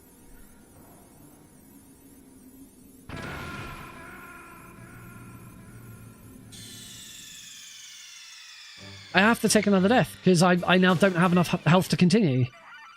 This is horrible. I am completely screwing all of this up.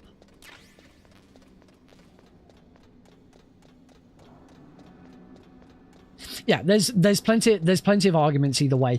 My biggest, as far as quality of speedrunning and quality of the boards is concerned, my biggest argument for the Ocelot unit being considered a boss is it means that just by considering it a boss, there is no need to separate all bosses and glitchless. You do not, but just by having that definition, then you don't have to separate those two categories out. Oh, for God's sake.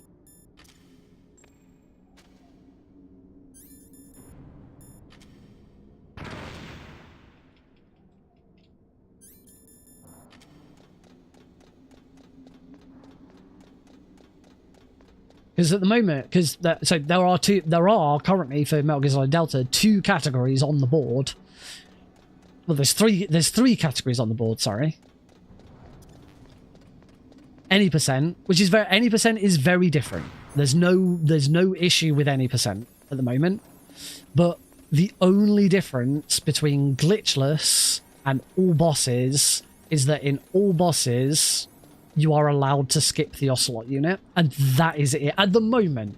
You never know, there may be another glitch that's found in the future that is usable.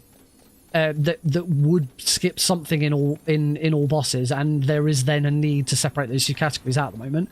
But at the moment, you have got two boards where it is a single trick separates two categories out, and it's a complete waste of time.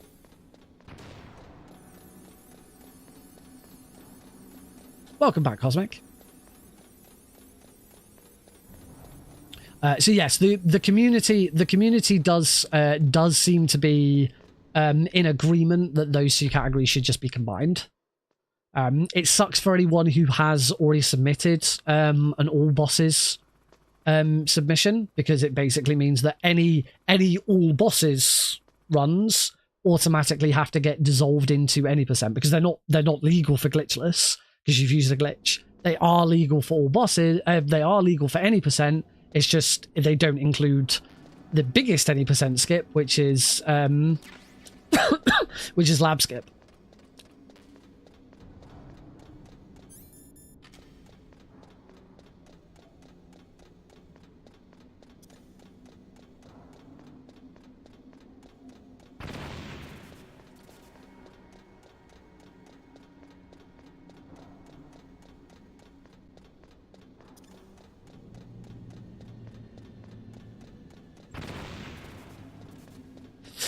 So yeah, the community's follower.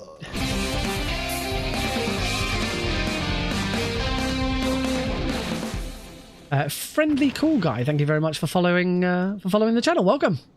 Why, hello there,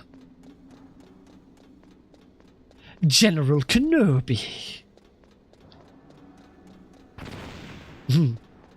It is a masterpiece. I don't know if I've just realized I don't know if I've got enough health to continue. Oh, can't do that with the grenade on. Yeah, I'm on Snake. Yeah, I'm on Snake. There we go.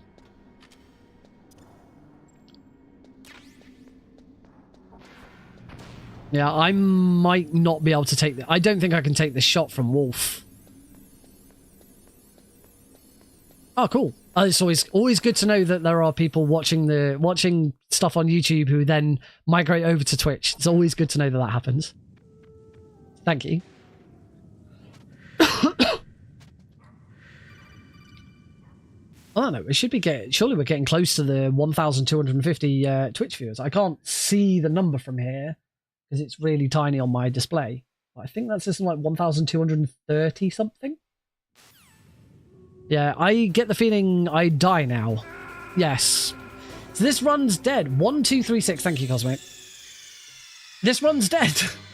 Another dead run because What the hell are you doing? This is the problem with things like Boba Skip taking multiple attempts. Things like weapon glitch taking multiple attempts. You then don't have enough health to do all of the things that you need to do. Weapon glitches also, you need to make sure that you're taking minimal damage. There's from your own grenade exploding, there's 2 types of damage you can take. If you're too close, you'll take like double damage. If you're just sort of on the outer radius, you'll take single damage. You want to make sure you take single damage. And this is the thing with extreme. This is the thing with any percent extreme on console is you cannot guarantee that you're going to have a clean run because there's RNG that's going to stop you. Particularly Boba Skip is very, very detrimental to the run. So when it comes to the marathon on Saturday, obviously I just have to play it how it comes. Hey, Paul. I just have to play it how it comes. And if it means I have to take a death so that I can say, yes, I can continue the run, I'm going to have to take a death, then so be it. The other option would be to try... and get another ration. Try and get another safety ration. The only option really for getting a safety ration in extreme, rations are only obtained in 2 ways in extreme. The first one you've just seen. The first one is by killing a guard. Guards will randomly drop rations when they are killed. The only other way of getting a ration is Otacon gives you one when he gives you the ketchup and the level 6 card. It's the only 2 places to get rations in extreme. So to get a safety ration, I'd need to find guards to kill. Now, usually we use the ration on the walkway. Oh, sorry. No, I was about to say no. I was about to say there are other places to get health. Health and rations aren't necessarily the same thing. There are other places to get to replenish your health. The torture is one of them. The repel is one of them, but we don't do the repel in any percent. Before Metal Gear Rex is one of them. Before Liquid is one of them, and before Escape is one of them. Hey, Blues. Right, everyone's jumping back in tonight. Welcome. So yeah, but we're specifically talking about rations. So the only way of me getting more rations is to kill more guards. Now, normally in an any percent run, we would use a ration on the walkway after the boba skip. Because then it means it's used. You need to use it for the weapon glitch, and the advantage of using it, on the walkway means that as you load into Comms Tower B, where you're going to do the weapon glitch, you've already used it. So if for whatever reason it fails, you have to take a death. You don't have to keep reusing the ration over and over again. It's already in use. So that's why you'll always see me use it on the walkway. There are no guards in between the walkway and Wolf, so we can't get a ration. You can only carry one ration in Extreme. You can't carry multiple rations. You can only have one at a time. So I can't use that ration on the walkway and then get another ration. This is a speed run, yes. Well, it's supposed to be a speed run. I've not finished a run yet this evening, unfortunately. Yeah,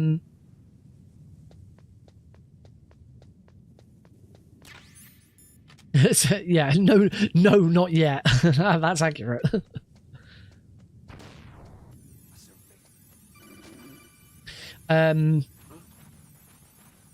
So I can't get another ration after I've used my one ration on the walkway. So the only thing we could do is use a ration before then. So sort of preempt having a ration and having not full yet, health. Snake. It's not over yet. It's not over yet. It's not even. It's barely even started yet. I'm an expert. I wish I was an expert.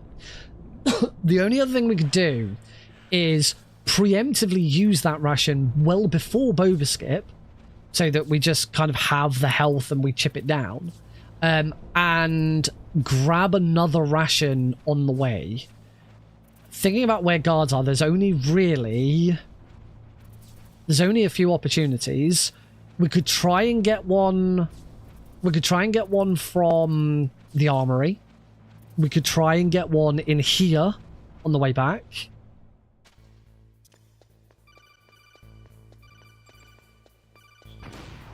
What was that noise? There we go, spotted again.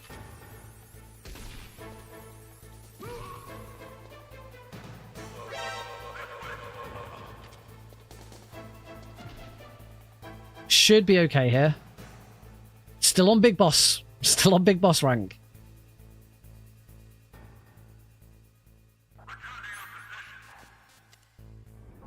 So yeah, we could try and get one in the tank hangar on the way back, because there are some guards around.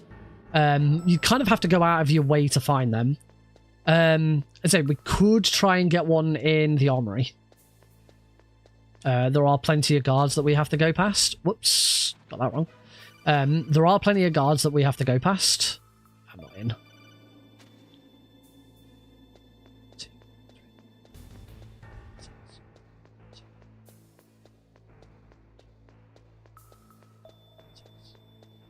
Command room. Johnny never drops one, but we wouldn't be able to use it at that point anyway.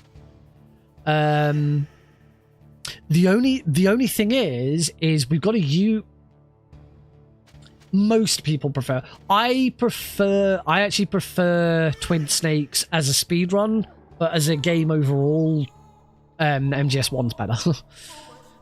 MGS1's a better game. I do think Twin Snakes is the better speed run, although I've kind of had my fill of Twin Snakes. The only other problem that we've got is that we can't, there's not really much point in using the ration until we start getting level ups.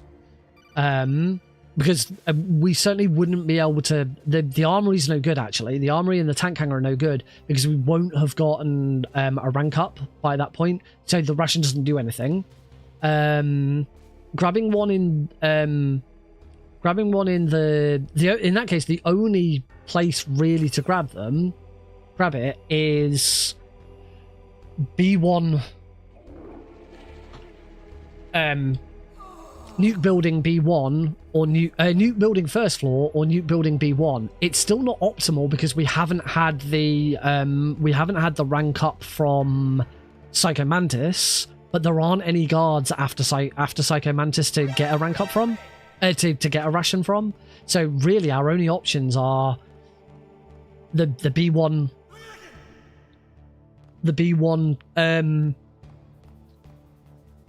nuke building or first floor nuke building. B1, you'd have to go out of your way a little bit. You'd have to like just sort of work out a way of killing the guard that's running around. You could run into the bathroom, but when you go and grab the Nikita, you'd want to kill that guard. I'm not sure exactly how. I think you just grab the Nikita and just wait for him to walk past the door and then run and grab him. So that is doable. The first floor nuke building's not a problem actually. We already have to flip a guard, so we just choke that guard out instead. I say the only problem is you're not really getting much benefit from that ration because you've only done one rank up by that point.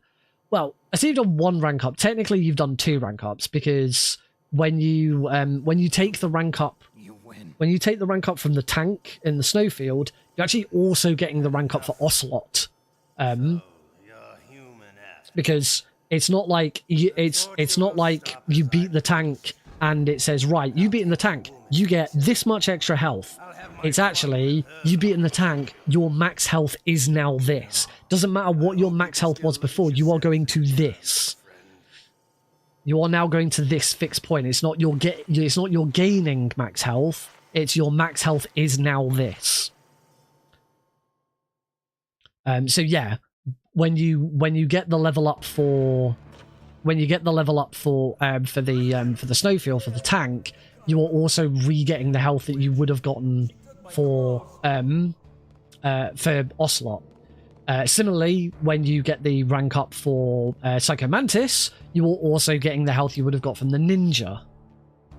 And then finally, when you get the rank up from Raven, from actually fighting a boss, fighting Raven, you get the rank up health from Sniper Wolf 1, Behind D, Sniper Wolf 2, and Raven. And then after that, the next boss is Metal Gear Rex and there's no more ranking up.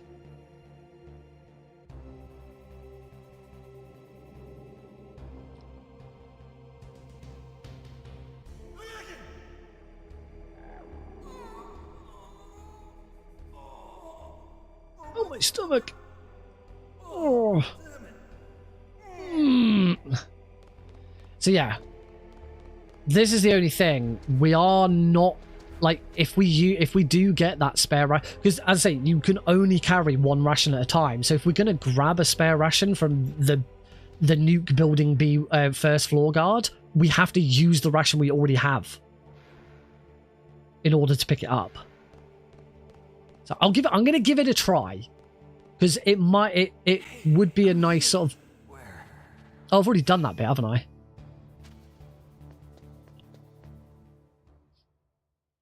I'm not. I have no idea where I'm going. Oh, jeez. He's coming back. See you later. Wait.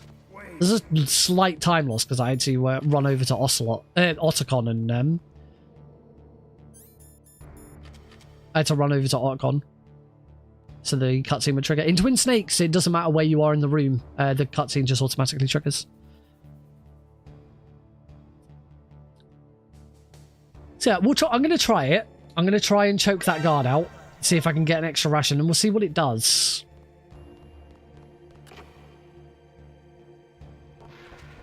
If anything, it'll be useful to see. It'll be useful to see how much health we actually get back from it. No, Johnny never drops one. Because there's not really any point in Johnny dropping one, because right now, because Torture's finished, we're already at full health, and Ottocon's given us a ration, so if Johnny dropped a ration, we wouldn't be able to pick it up anyway. We wouldn't be able to use the one we've got because we're at full health, and we wouldn't be able to pick up Johnny's. That's why getting a ration here in... Oof, I thought I might have been a bit too close to that laser. Getting a ration here in the armory is also useless because, again, we're already at full health and we already have a ration, so we can't use them.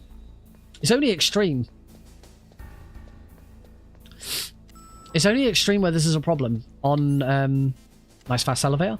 On hard and below, you can carry multiple rations, so it doesn't matter. Hey, gold split.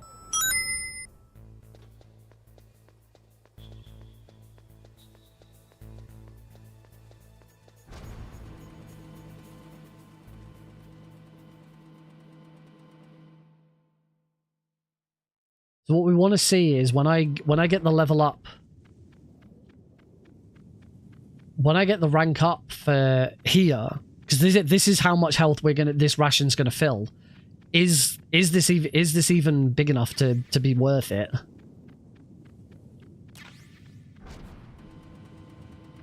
Because it is a waste. It is a waste of a ration. If this doesn't, that's barely anything. Look at the difference there.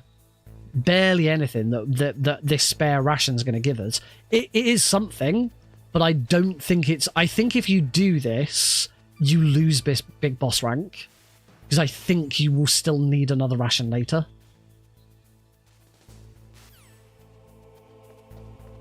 But I'm gonna try it because it'd be useful to see for a... It'd be useful to see for a safety strap fur.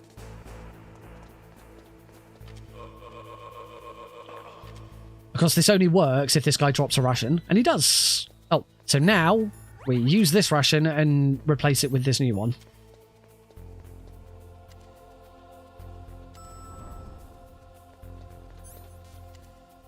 Like I said, I'm pretty sure now I can't big boss, because I'm pretty sure I'm still going to need to use another ration. So there is a guard in here. This would be the other guard. This would be the other optimal guard. Eventually, he walks past that door. So you just walk into there, grab the Nikita and the ammo, and then just wait for him to walk past the door, step out, and yeah, I'm almost certain.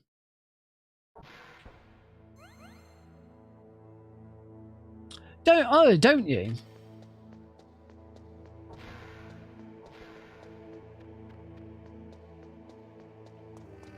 I didn't know that. So the grenade will only ever take you to 0. It won't take you to beyond. So then as soon as you hit 0, the ration puts you back up to the maximum the ration would do. That's very useful. Oh, wrong way. So as I said earlier, I'd been using the ration on the walkway just so that it was used and I didn't have to worry about it.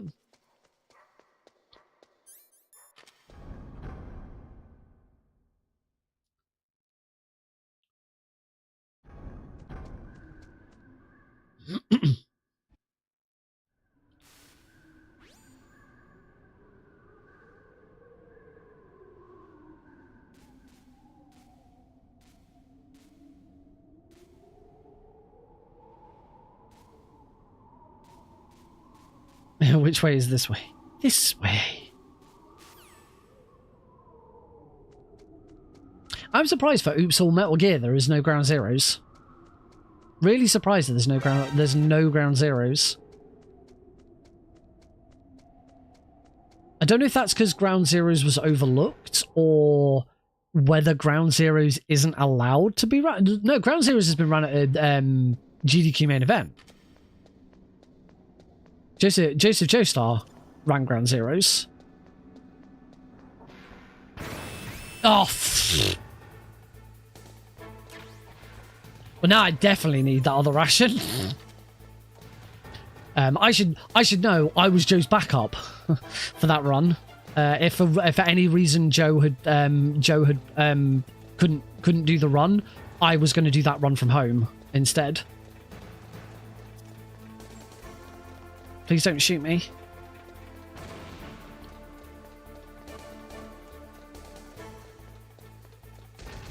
Oh, I had to use that pretty early. It were, I believe, if I remember correctly, it was GDQ 2023.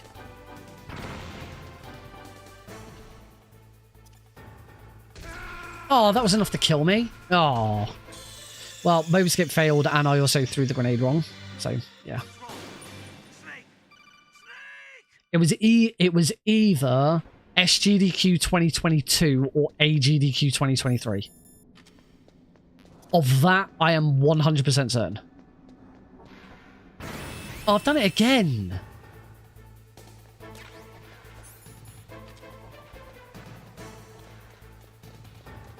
And I am 90% sure it was AGDQ 2023. The only reason I know that is because I was at SGDQ 2023, and I know that I got Ground Zeroes on backup before I got Twin Snakes into GDQ.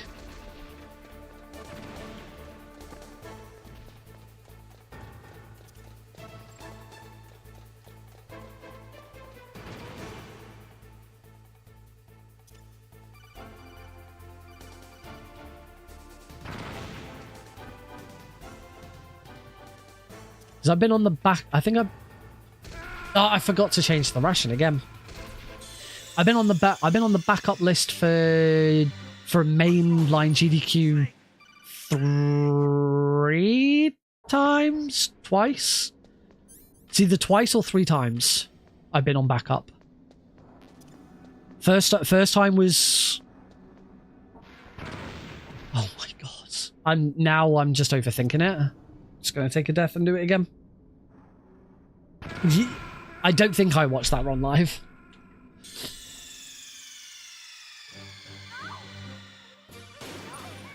Yeah, I was on backup for as a GDQ 2023 with Ground Zeroes. I was in SGDQ 2023 with Twin Snakes. I think I was on backup. There we go. I think I was on backup not for AGDQ 2024, but SGDQ 2024. I was on backup with MGS3 or Keratons.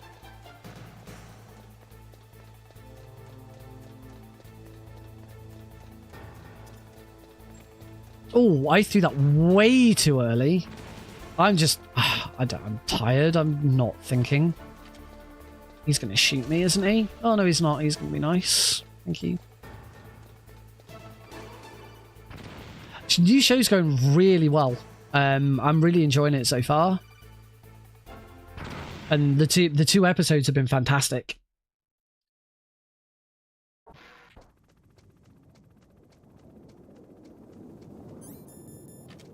Particularly the one that we did on Friday night, Saturday morning, just gone. We had Recult running A2 Racer 2, which was a bit of a laugh. It was a bit silly. But yeah, it was a fun little game, a bit silly. To be fair, it wasn't a very good game, but it was silly, and that's the most important part. But Blastomax's run of Horizon Zero Dawn was just phenomenal. It was fantastic. He PB'd, and it was such a good run. Very, very good game.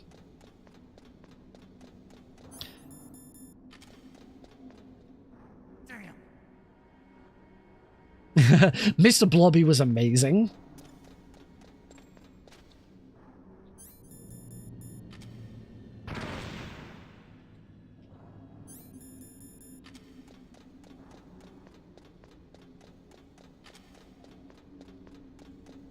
The other advantage of using that ration early is we now have a spare ration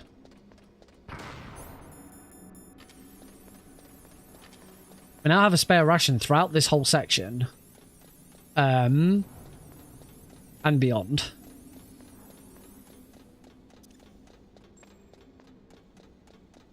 Yeah, I'm pretty sure, because I still need to take damage from Wolf, and I'm pretty sure I'd still need this ration to do it.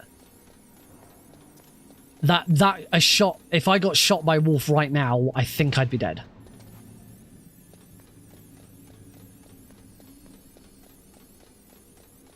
The first episode was Mr. Blobby, Robocop, and Croc 2. Again, 3 very, very good runs. Mr. Blobby was just hilarious because we were just chatting about Mr. Blobby, and Mr. Blobby is just a very fun, silly topic. So I don't. To be fair, I'm not looking at chat that much during the runs. Have a good evening, Tom. Have a better evening than I'm having with these runs.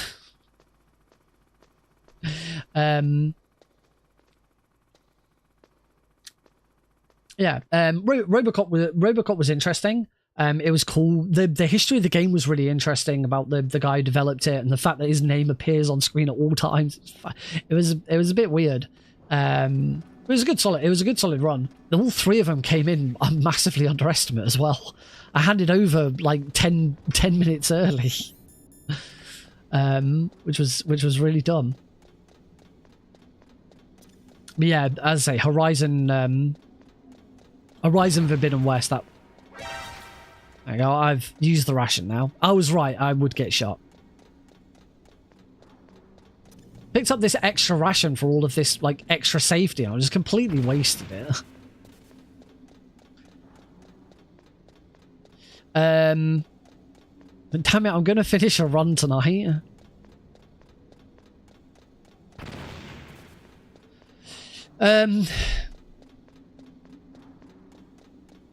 So my next thing I need to do is start planning the next episodes, which isn't until Thursday, the 6th of November. We've got a bit of a break now because of various other events that are going on. Technically, my next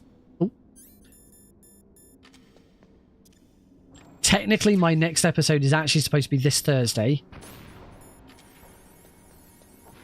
Oh, I don't know if I'm going to get shot here because I left that room. Oh, I'm okay.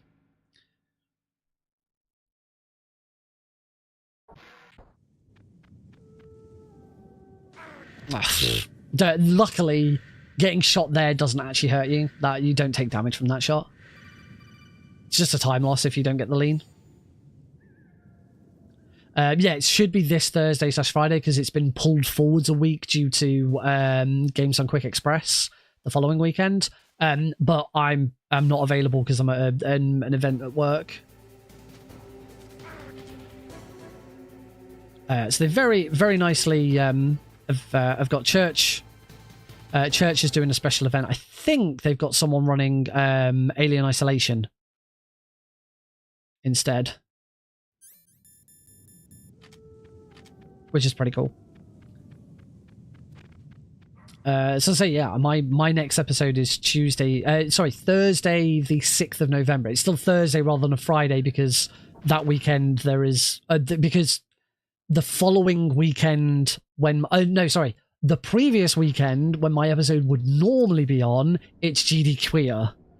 So my episode has been moved to the following Thursday instead. Thursdays are normally empty. For Hotfix, Hotfix has no scheduled episodes on a Thursday, and that is specifically so that partly so that everyone gets a break on a Thursday, but it also means if there's any events on over the weekend that push the Friday episodes off schedule, they get to move to a different Thursday.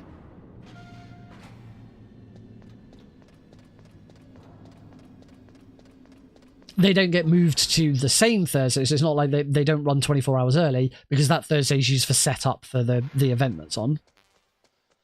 So yeah, my episode's then been moved to the following Thursday. That's why it's that late. At the moment, I am in discussions with a couple of different groups for some location ideas, but we haven't got anything nailed down yet. I really need to get onto that. Because then I'm pretty sure then my next episode is only a week later after that.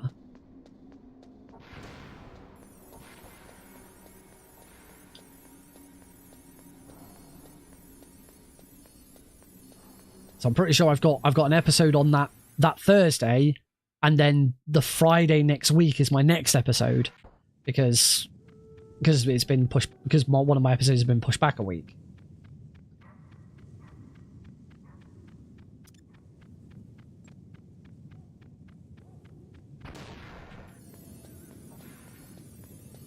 It's all very funky and up in the air.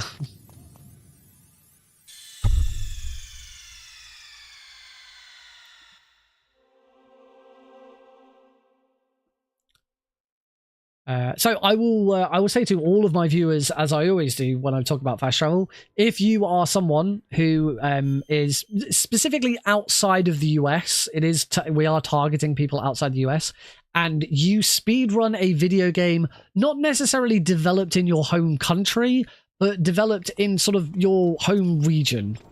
So it doesn't have to be your own country. So far, both episodes we've done have specifically been people's own country.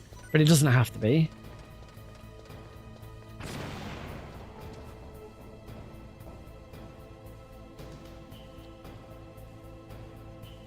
So, for example, I do have a backup. I do have a backup run ready. So if for any reason, sort of at the last minute, I have a runner who says, "Oh, I'm really sorry, something's come up, I can't do this,"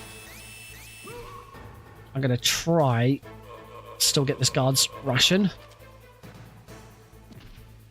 Nope. Okay, I've got the health, so I should be fine.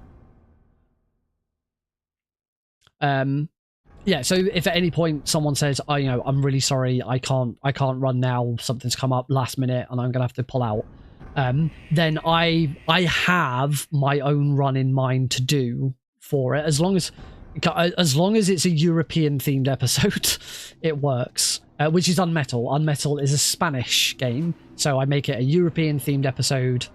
Should concentrate on this for a second.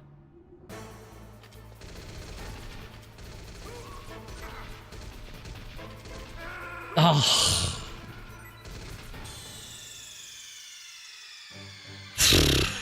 This is why I like having the extra ration. But I normally should only get shot once. I'm not surprised I'm going to now screw this up as well, because this entire evening has been a complete screw up. I'm shattered.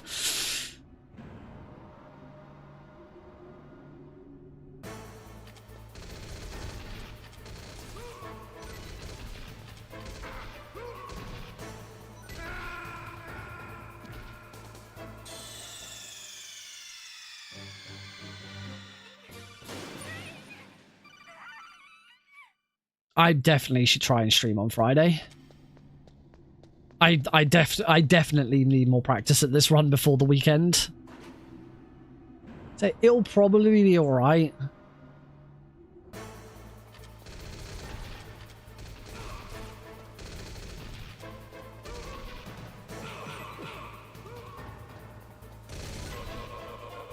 Okay, I didn't throw the first guy for some reason, but it worked out in the end, so that'll do. And I didn't take any damage that time. It's got to be so fast, that fight.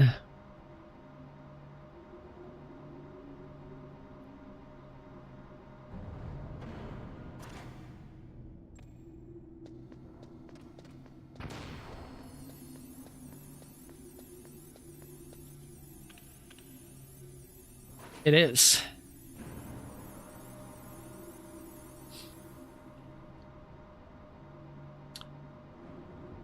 So yeah, that's my intention. My intention is to run Unmetal if I ever need one. Because I don't actually speedrun that many British games. I could crack out Vice City, because Vice City, all the Grand Theft Auto series is developed in the UK. I think that's the only one. I can't remember. Castle of Illusion was developed in Japan, because it was just developed in-house by Sega. I think Flashback's American. Obviously, almost every Metal Gear is Japanese. You could make an argument for some of them. Like the Master Collection was developed by Bluepoint, so you could argue that Bluepoint. Oh yeah, Wacky Races is the one British game that I do speedrun. In fact, I lived in the town that it was developed in when it was developed.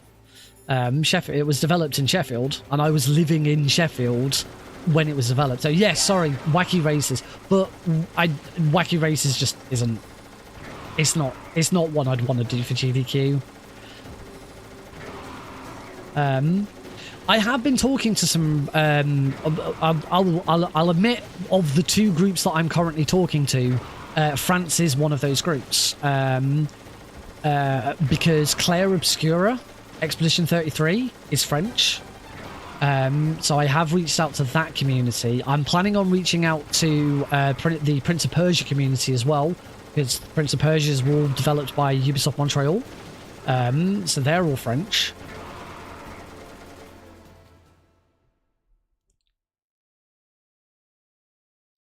So yeah, I have had one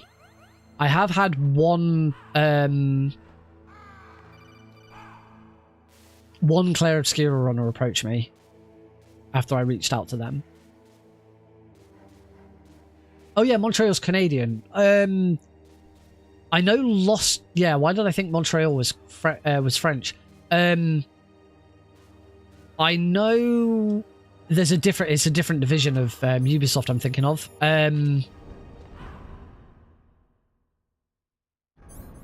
I know that Prince of Persia: The Lost Crown, which is the latest, if you don't include the Rogue Prince of Persia, Lost Crown was developed in France by. It's not Ubisoft Montpellier, is it?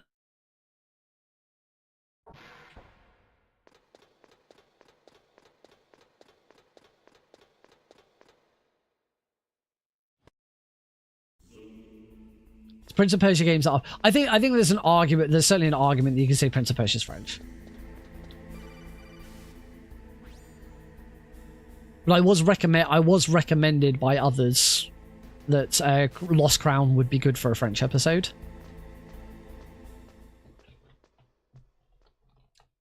Yeah, this is why this is where things start to get a bit tricky, and this is why I'm trying to broaden out a little bit and say, you know, it doesn't have to be your home country. It's like, if it is, it's ideal.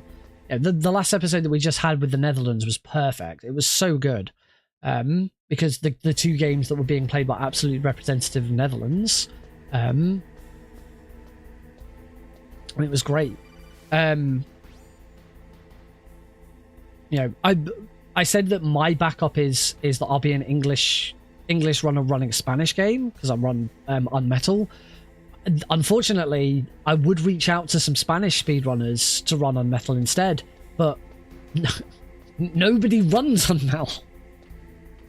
Me, Bracon, and Metal Glen Solid are the only three people who've really, in any serious capacity, run Unmetal. A few people run Unmetal when it first came out. Oh, I got spotted by that guard right at the end there. I did get a gold split. That's because usually I go for a stinger there. I've got plenty of health, so I'm not too worried. No matter what happens here, I am going to attempt to finish this run.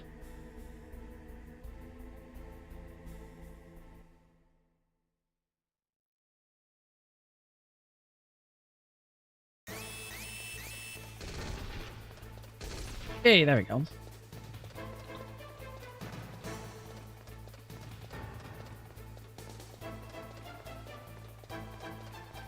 It's Pazzo.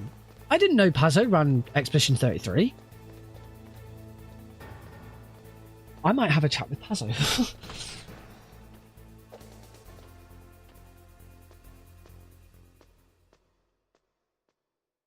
Because Pazzo is very much French.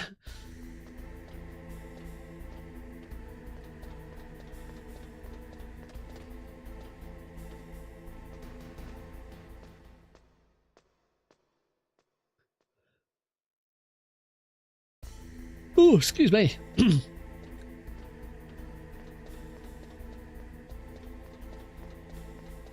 I'm definitely going to check that out if that is the case.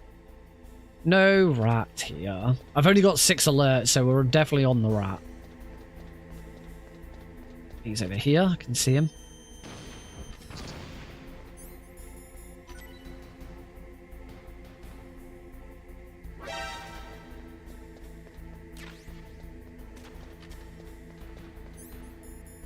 The most interesting one is when I finally get to get Metal Gear on it.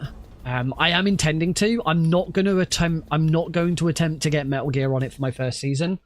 I want to be a bit more comfortable with everything before I run Metal Gear, because of course, if we're running Metal Gear on fast travel, I want it to be run by Japanese runners. I know of some Japanese Metal Gear runners who do speak English. So I will be reaching out to them. At the same time, when I reach out to them, I will probably reach out to both the Silent Hill and Resident Evil. I'm right thinking Resident Evil is Japanese as well. Yeah, of course it is, because it's called Biohazard in Japan, isn't it?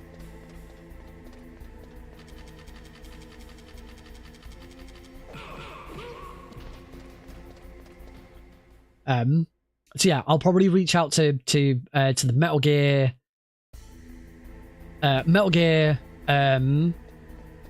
Silent Hill, and Resident Evil Japanese communities to see if anyone, because Japan's got the flip. Japan might actually be easier. The whole thing with fast travel is very specifically the reason why I submitted to have fast travel was because the early Friday slot was available, and that's the only reason I went for it. If that early Friday slot had not been one of the available time slots, I would not have submitted to have fast travel be a thing. But it is the most European friendly time slot that Hotfix has available. Hotfix is always 7 p.m. and 10 p.m. Those are the 2 time slots. Monday, Tuesday, Wednesday, Friday. And when I say 7 p.m. and 10 p.m., I mean EST, US time.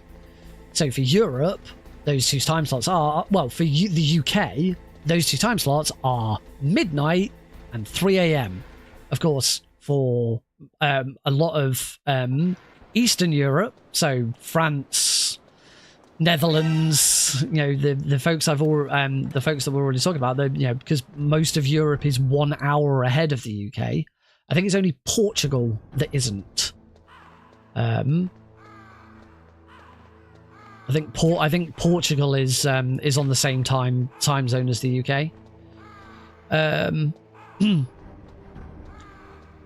Oh, and the Canary Islands are. Yeah, I was thinking, is it Canary Islands or is that what's in the Channel? No, they're the Channel Islands. Channel Islands are part of the UK, so they're there anyway. The Canary Islands. Oh yeah. I suppose they're islands on the same time as the UK because they're not actually in the UK. So yes, fair point.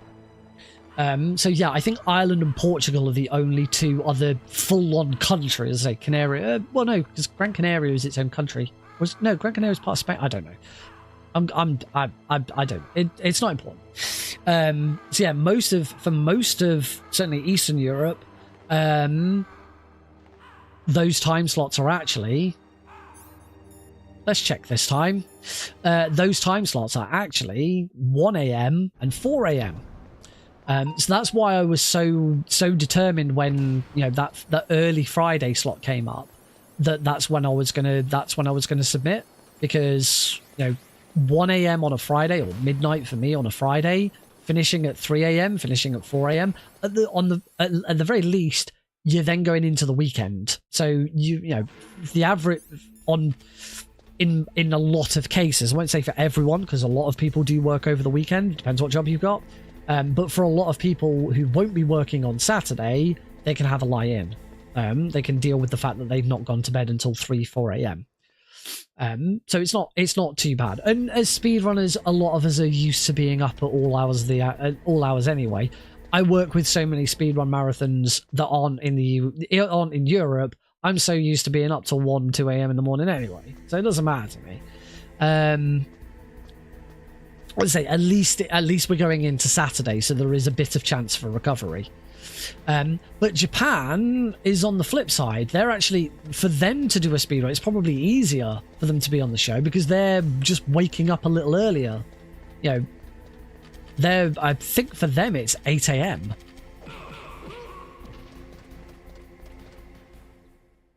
I could be wrong, but I think it's 8 a.m. They'd be doing a run for fast travel. So I don't actually think it's going to be that difficult to find some Japanese speedrunners who is 9 hours ahead of UTC. So 9. Oh wait, UTC. We're on BST in the UK at the moment. Not UTC. We're on UTC +1. So yes, 8 a.m.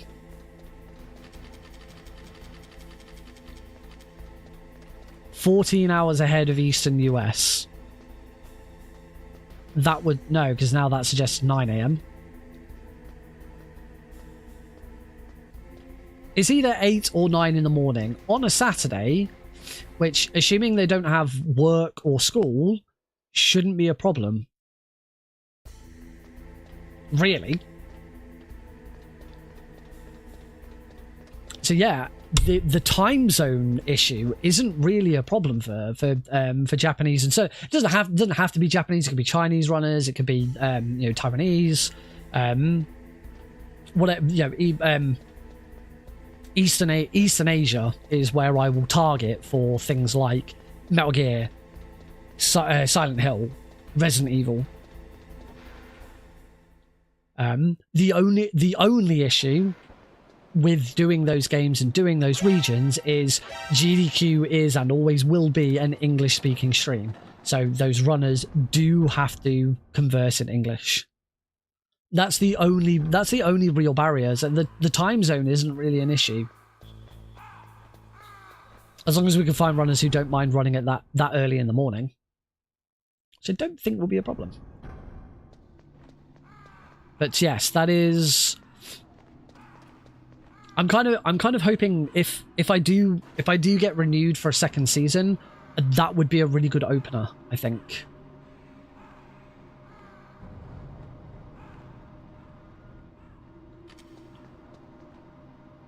Because the advantage of doing something like that as an opener is I can reach out to multiple different Japanese-based games and communities and find the ones I want to use for the opener. And then anyone who doesn't get in, I can then say, right, you didn't get in and your game didn't get in this time round. Do you want to let's go back to Japan in 4 or 5 episodes time and do it again. And then I've got an in.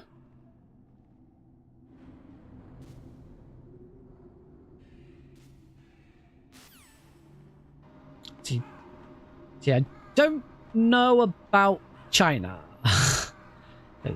China's a bit tricky when it comes to video games. Japan's obviously easy. There's loads of Japanese runners. Japan has an absolutely thriving speedrunning community.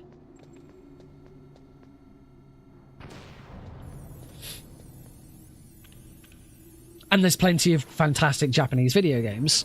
China's a bit trickier because obviously the politics of China are quite awkward. China video game consoles have been banned in China for the longest time.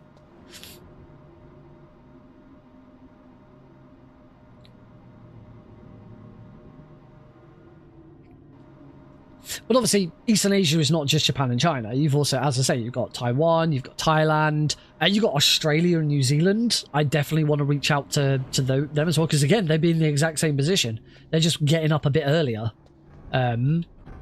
Is Australia and New Zealand on the same time zone as Japan, or are they? Or are they slight? I get the from bad memory. If my memory serves me badly, I want to say that Australia and New Zealand are then 1 hour further away than Japan and China.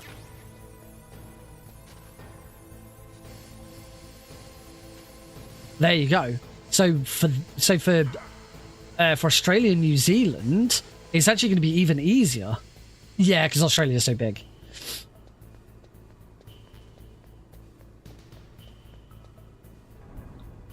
Yeah, so for certainly for New Zealand, but New Zealand and Australia are in the same boat, if not easier, because it's going to be, you know, sort of midday in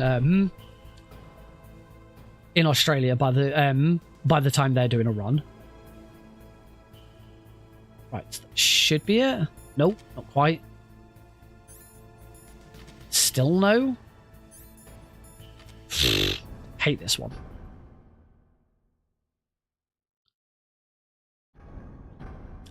So of course the next question therefore is, because absolutely if we've got Australian and runners from New Zealand,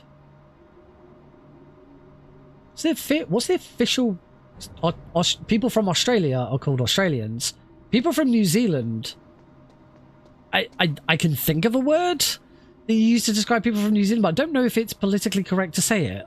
I actually don't know what the official term for people from New Zealand is, because it's not, or is it it's not New Zealanders. I'm going to look that up. Oh, that's a stun grenade, not a chaff grenade. That's the word I was thinking of, but I didn't know, as I say, I didn't know if that's politically correct or not.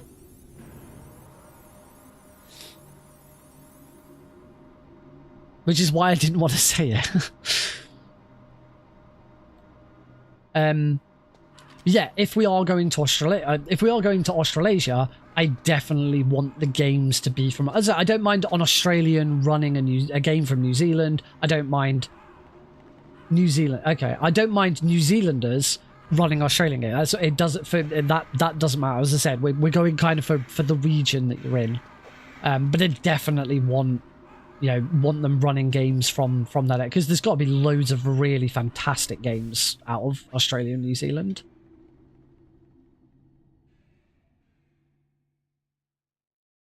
I'm gonna have a look. I need to have a look and find some really good games.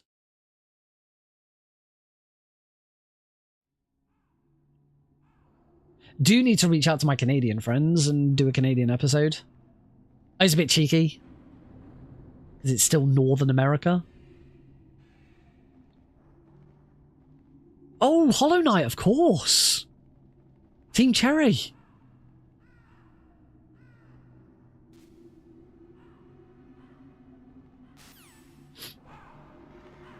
I definitely wouldn't want to do that yet. Well, Hollow Knight would be fine. So I have absolutely no doubt that Silksong will be at AGDQ 2026.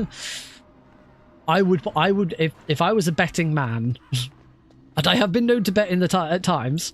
I bet on the Grand National every year, but if I was a properly betting man, I could find someone to make an actual monetary bet with. I would put money on the fact that both Silksong and Metal Gear Solid Delta will be in AGDQ 2026, sorry. I made that mistake in my thread the other day.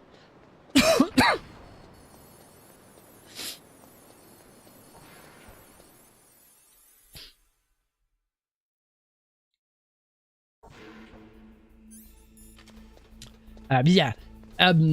I certainly wouldn't want to have Silksong on the channel until after it's been on the main stage.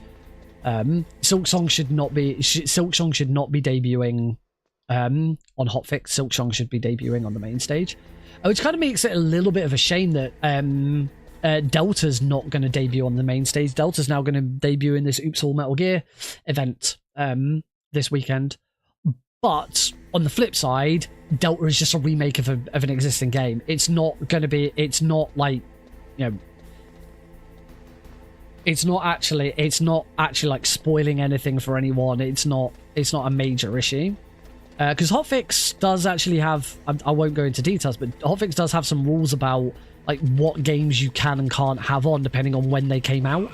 It's actually something that they've just kind of tried to reiterate a bit better and actually give some proper rules behind it to sort of help us determine it. It's like basically depending on, you know, does the game's story matter in the speed run, or, you know, is it a remake or something like that? Depends on how soon after the game's release can it be on Hotfix, because you don't want a brand new game that's just come out being on Hotfix, because a lot of people won't watch it because they don't want it spoiled. So Silksong, I don't think I shouldn't be doing Silksong until it's been on the main stage. Metal Gear Solid Delta being this weekend isn't a problem because it's just a remake of a game that already exists and everyone knows.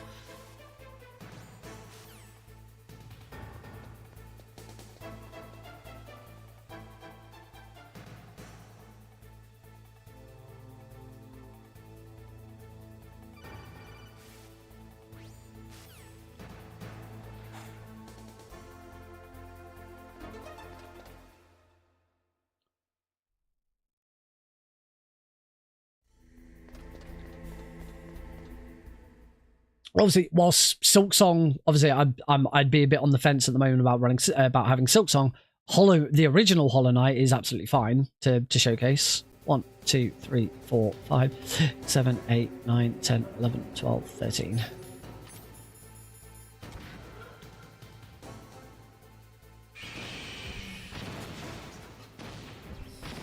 Oh, helps if I start leaning. I thought I'd give Rex that one for free. There you go, Rex. You get a free hit on me because you're only going to get one more free hit. You just get one more free hit. We deliberately take damage at the start of the second phase just to get into position. Yeah, I'm gonna start looking for an Australian or New Zealand Hollow Knight runner to feature.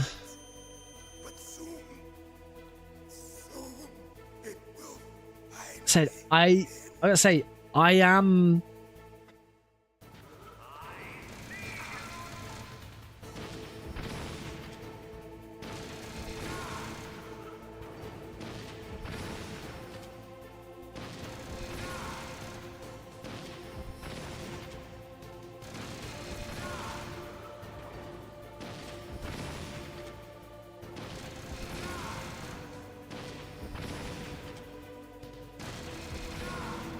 That was pretty much spot on for phase 2. I need to go back and adjust my splits, my best segment for phase 2 there, because there's no way I could have done that 12 seconds faster. That was spot on. That's the best thing I've done all night. That phase 2 of Rex there.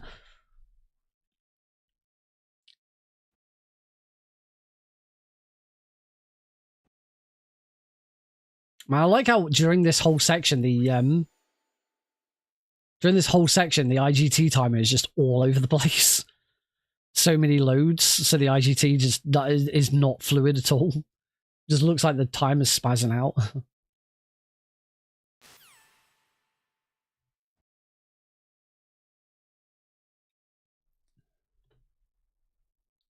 Anyway, I was about to say, during that, I have thought a couple of times about whether maybe I'd consider speedrunning Silksong.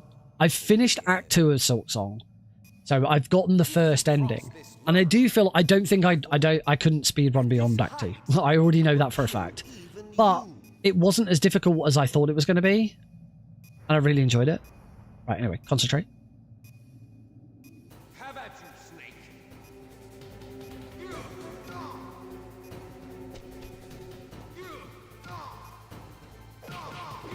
Oh.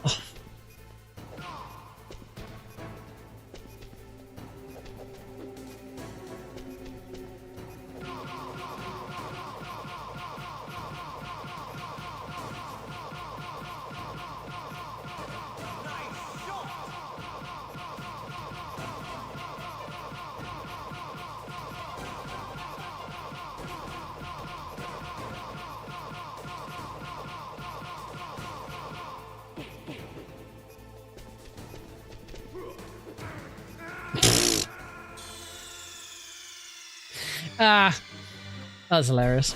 To be fair, this isn't a bad thing. This just gives me a good opportunity to just practice this fight.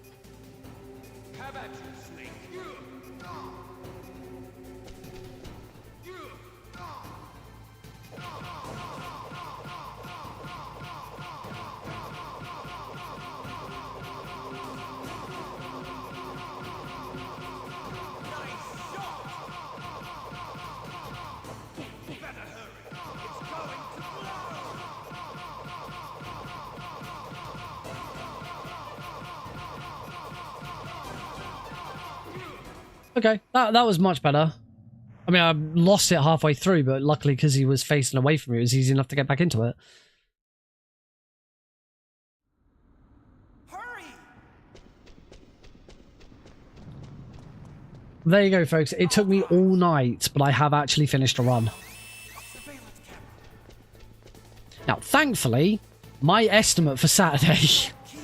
because my estimate is based on my current PB on speedrun.com, and I always add 10 minutes on to account for mistakes and stuff like that, my estimate is 1 hour and 15 minutes. So even this run would have been acceptable. But that's also because, as we've already talked about, you never know what's going to happen in this run. Like, you could just have the Boba Skip fail over and over and over again. So, you know, the estimate has to be that long to allow for those kind of mistakes. And that kind of eventuality. Obviously, it also includes chatting beforehand and chatting afterwards and stuff like that. That's a good question. You raise a very good point there, Sanjay.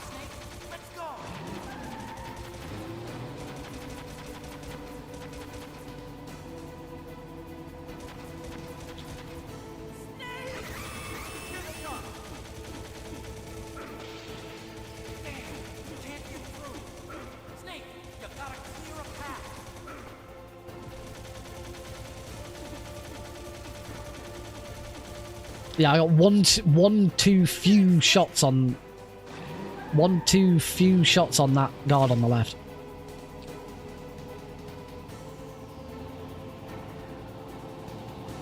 Not yet, Snake. It's not over yet. Liquid.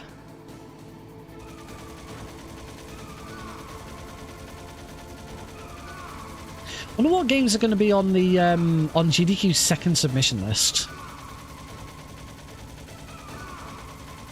Trying to think what games are due to come out soon.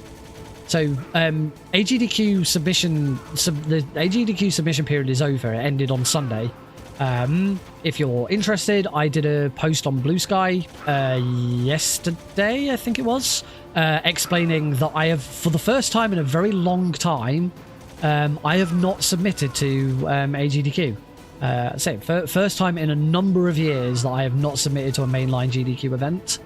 I'll be honest, I did actually get to I went and had a quick look on Monday morning to see exactly what time the deadline was, to see, shall I just quickly throw something in, and the deadline had already passed, so I didn't. That's not because I completely forgot or anything like that. It was just I hadn't planned on doing anything, and then just at that time when I had a little bit of time, I thought, well, maybe I could if the submission's still open or not. So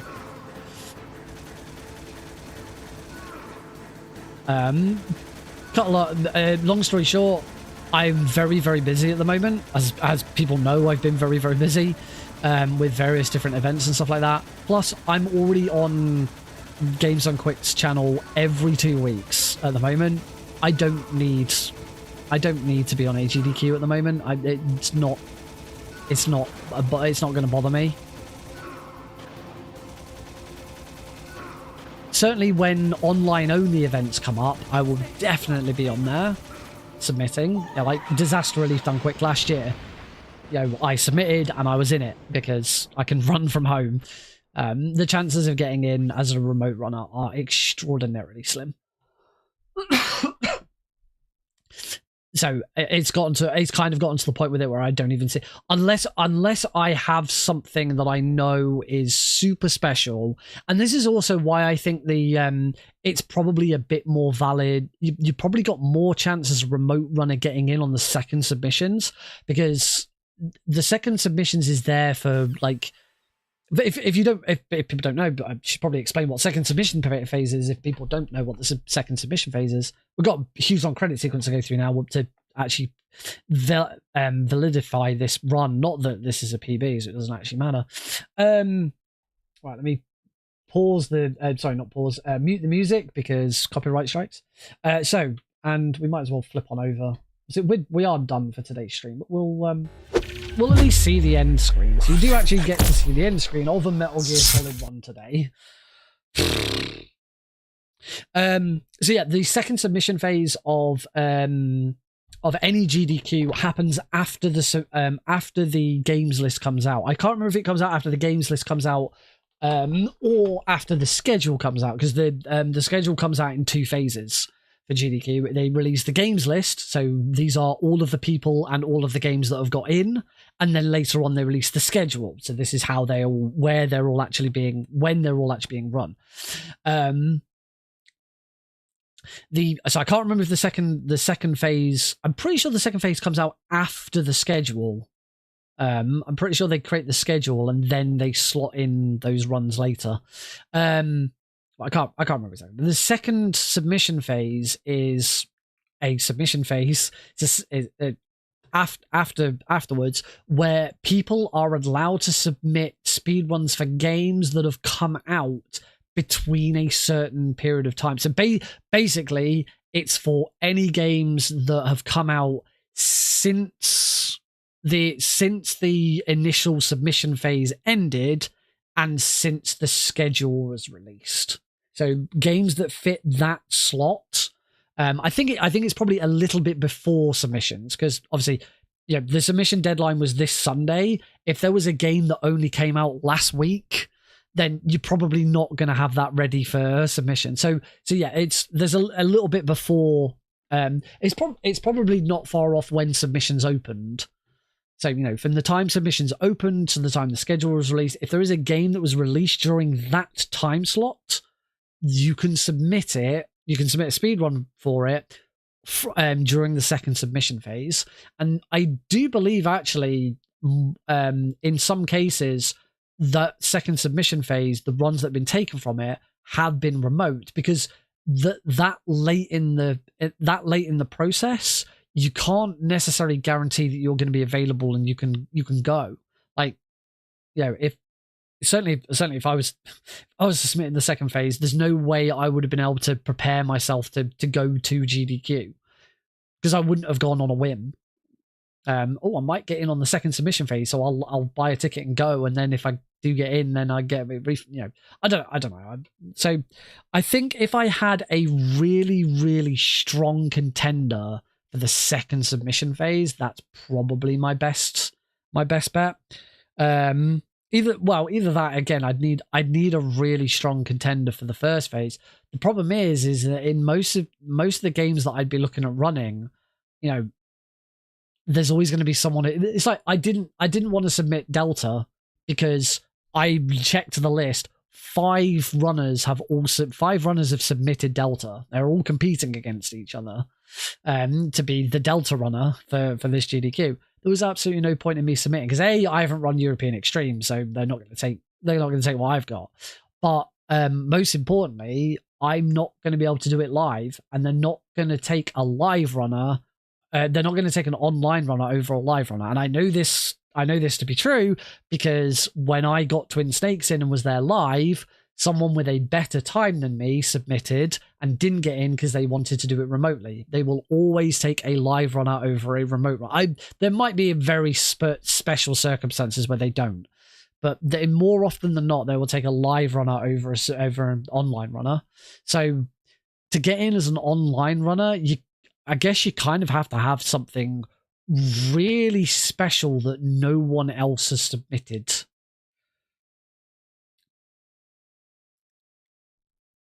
I don't know. I'd actually have to have a look at what remote submissions have got in the last couple of years and get an idea of, here, Nick, this is what the kind of thing you should be submitting. I have got in on backup as a remote runner. Ground Zeroes and MGS3 have both gotten in on backup. as a remote runner. So I've at least gotten there. And you never know. I might keep submitting again in the future, get on the backup list, and one day I might get called up. But going back to the original question, I was like, now that you know what the second submission phase is, what games are going to be valid for the second submission phase? What games have come out in the last? Certainly, what games have come out in the last 2 or 3 weeks? Like Borderlands 4. I think Borderlands 4 would be eligible for it. I don't know about Silksong's been out for a little while now. So I don't know if Silksong. I'm pretty sure. I mean, I can go look at. See what? I'm going to go and have a look at the. I'm going to go and have a look at the submission list right now and see if Silksong's on it. I'm pretty sure it will be.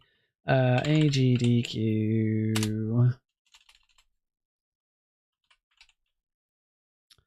AGDQ submissions. Let's have a look.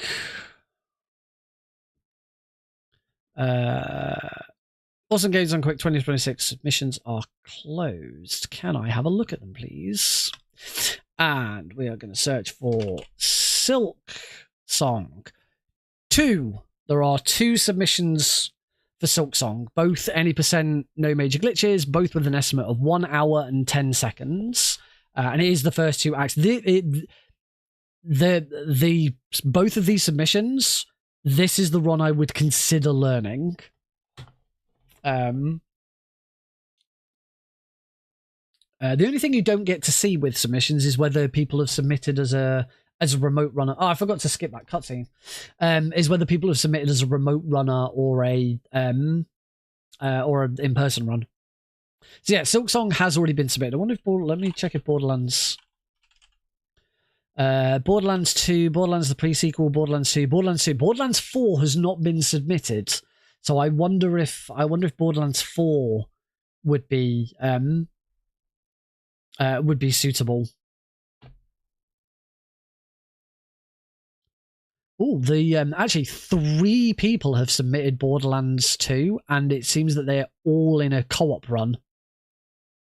Yeah, that'd be a 3-player Borderlands 2 co-op speedrun. That'd be awesome. That should get in. It's the other thing I'd really like to do with GDQ, because I think they will.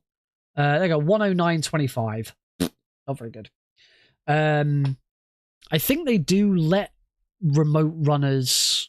I think they do let remote runners and online runners mix for races and stuff like that. Because I know there was a Sonic Adventure relay a couple of years ago. I think it was last year. I'm pretty sure Argic was on it, and I'm pretty sure Argic originally was going to go, but then something came up. I think that GDQ changed their policy on masks or something like that, and he decided, no, actually, I'm gonna pull out and I'm gonna only do it remotely. I can't remember. I might be making that up. I'm sure. I know somebody did that, and I'm sure it was for a Sonic relay. But yeah, I don't know if you could, for co-op and races, whether you can mix. They let you mix online runners and that's something I'd really like to do some more. I'd like to do races. I've never done a co-op speedrun. I'd love to do a co-op speedrun with someone and then submit it. My problem is everyone that I speedrun with are all Americans, so trying to find time for us to do it together is almost impossible. Yeah, I'm trying to. I just can't. I can't think of any other games that have come out lately. I'm not very good at keeping up to date with recent releases. I can have a look at. I suppose I can have a look at Steam. What's come out recently on Steam?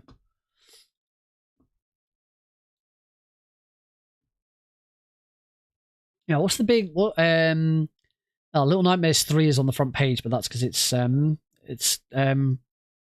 releasing soon.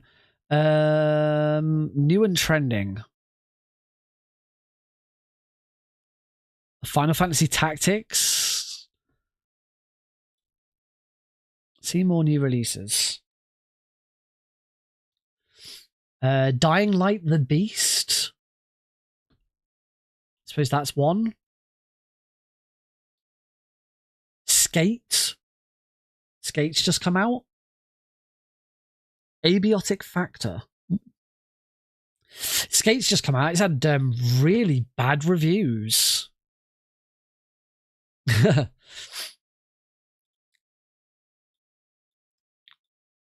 Hades 2.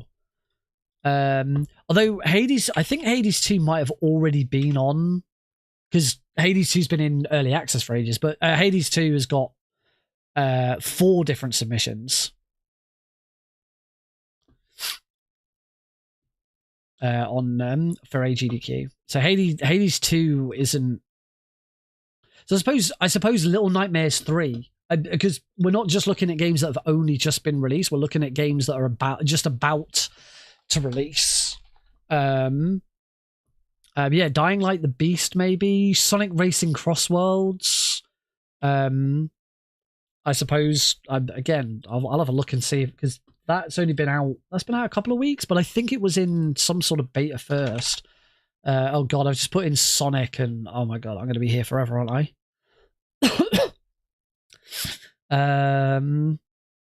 Adventure, Sonic Chaos, Sonic Generation, Sonic Rivals, Sonic Rush, Sonic Colors, Sonic Unleashed, Sonic Colors, Sonic Frontiers, Sonic Generations 3DS, Sonic Lost World 3DS, Sonic Mania, Sonic Project 06, Sonic Project 06, Sonic R, Sonic Riders Zero Gravity, Sonic Racing Crossworlds. Yes, there is a Sonic Racing Crossworlds submission. That's probably going to get in, because there's always plenty of Sonic in there. Sonic Unleashed Recompiled in there. That's probably a good shout as well, because I did download Sonic Unleashed Recompiled, and yeah, I had a little bit of a play with it. Really impressive recompilation. Problem is, it's still Sonic Unleashed, and it's still shit. The revision, when that recompile came out, the revisionism on Sonic Unleashed I saw online. Oh yeah, it's just misunderstood. It's always been fantastic. No, it hasn't. Sonic Unleashed was shit. The Sonic Unleashed daytime levels are fine. They're good. They work the same way as Sonic Colors, and they work the same way as Sonic Generations, so they're pretty good. The Werehog levels are awful, because the Werehog combat is just terrible and generic. The flying sections to travel around are just boring auto shooters, and they're just terrible.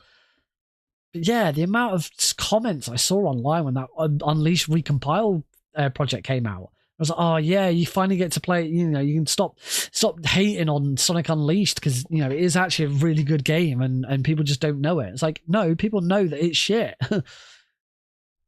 About 20% of it was really good, and the other 80% of it's shite. So yeah, Little Night. Looking at this, I'm only looking at popular new releases on Steam, and yeah, all the games so far, the games that I've had, Silent Hill F. That really was only in the last couple of weeks, but again, I bet that's already been submitted. Silent Hill 2, Silent Hill 2, Silent Hill 3, Silent Hill F. There is already a submission for Silent Hill F. And of course, I can't remember if Silent Hill 2 remake has already been run at GDQ. I can't remember when it came. I don't think it came out for SGDQ. So yeah, the games that have already come out have already got submissions. Oh, Baby Steps was one that was there was a lot of hype around. Baby Steps got delayed because of Silksong. Basically, Silksong sort of finally gave its release date, and it wasn't that far away, and every other game around that was sort of releasing the same weekend went, nope, we're going to change our release day. We are not releasing the same weekend as Silksong.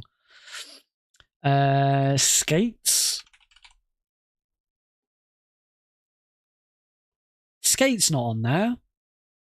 So I would think, I think Skate and Baby Steps are two that could possibly be on the second submission list. Does Steam have a upcoming releases section? Popular upcoming. Steel Knight's Arms, Pocket Boss, The Legacy, Curiosity. I suppose Curiosity's got a cat in it. That looks a bit shit.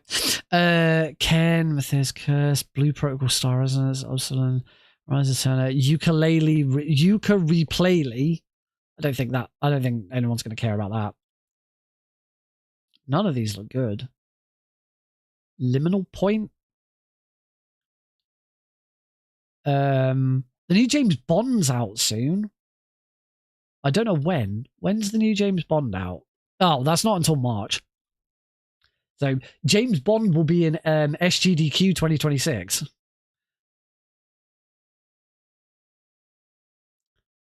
There you go. Little Nightmares 3 is out the 9th of October. Oh, Little Nightmares 3 is out tomorrow. In fact, I'm pretty sure most of the games that I've said are either out today or tomorrow. And when I say tomorrow, I actually mean Friday, not Thursday.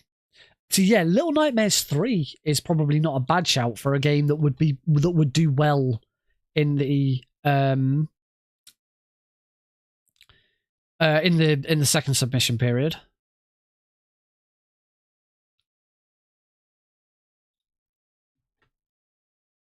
I don't want all upcoming. There's see more unpopular upcoming releases. Pixel Junket Eden 2. I didn't know they were doing that. Battlefield 6. Can you speedrun Battlefield? I don't think you can. You could. There's probably, if there's a story mode, you could. Oh my god, Age of Empires 2 Deluxe Edition's getting another expansion. What? That's amazing. There's just problem with trying to look at anything like this on Steam is there's just so much. Oh, Ninja Gaiden 4. There you go. That'll be in the second submission list. Ninja Gaiden 4 will probably be in there. Vampire the Masquerade, Bloodlines 2. That's probably a good shout.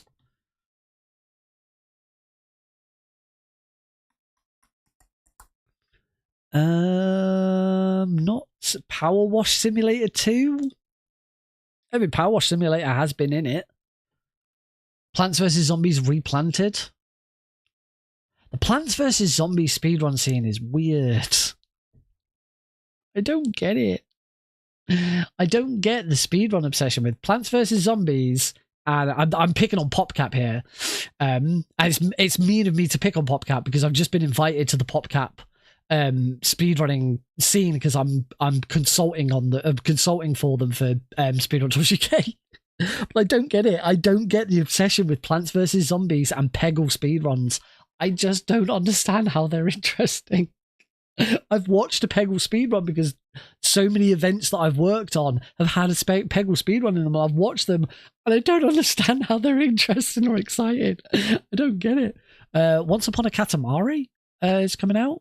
It's probably not probably a reasonably good shout.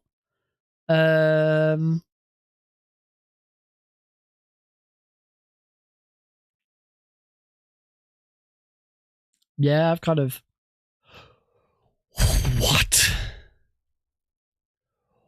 What's this? Oh, Outer Worlds 2. There you go. Outer Worlds 2.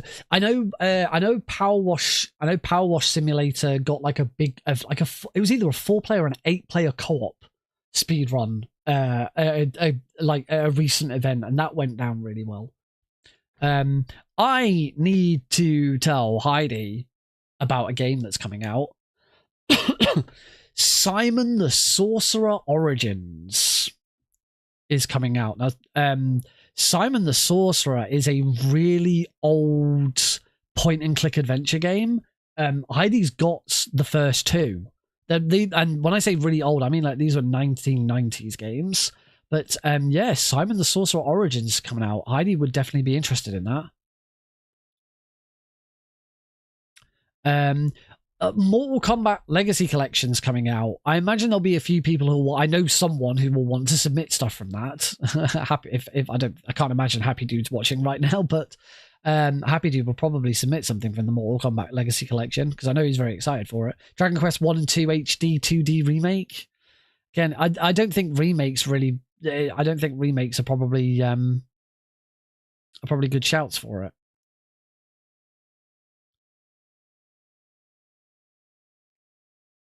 But anyway, we've had a brief look at a few ideas. Oh, Biped 2's out 5th of November. I really liked Biped 1. I don't think Heidi and I will have the opportunity to play Biped 2 together, but you never know. Yeah, I suppose there's a few. I don't know. I can't remember when the second. Oh, in fact, I was about to say I don't know when the second submission period is, but it's probably on the. It probably is on the GDQ website. They do tend to have a thing that tells you. GDQ doesn't say. Doesn't say on the current events list when the second.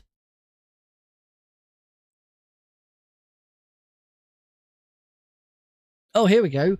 The new game submission period will be from November 3rd at 2 p.m. Eastern to November 10th, 11:59. So November 3rd to November 10th. Submissions allowing games released on or after the 1st of September.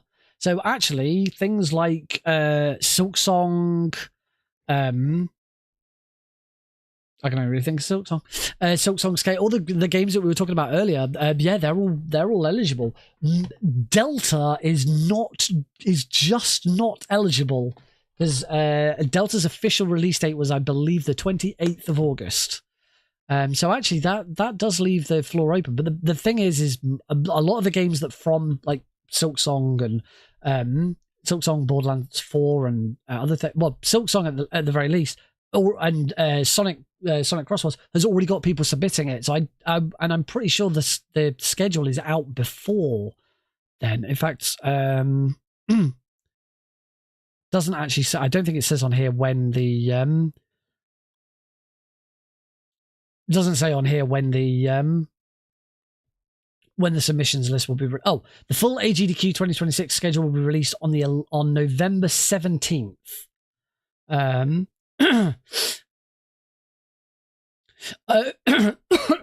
Okay, the games list is released on November 3rd.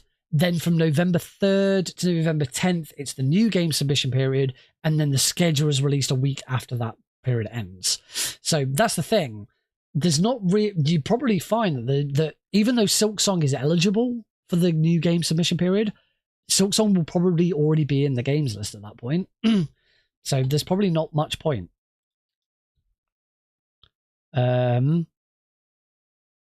Right now that I'm going through Steam, I'm on to the 11th of November, which the second games period is ended by then. So I think the best bets for the new game submissions period is probably going to be things like Outer Worlds 2, if there's been enough time for it.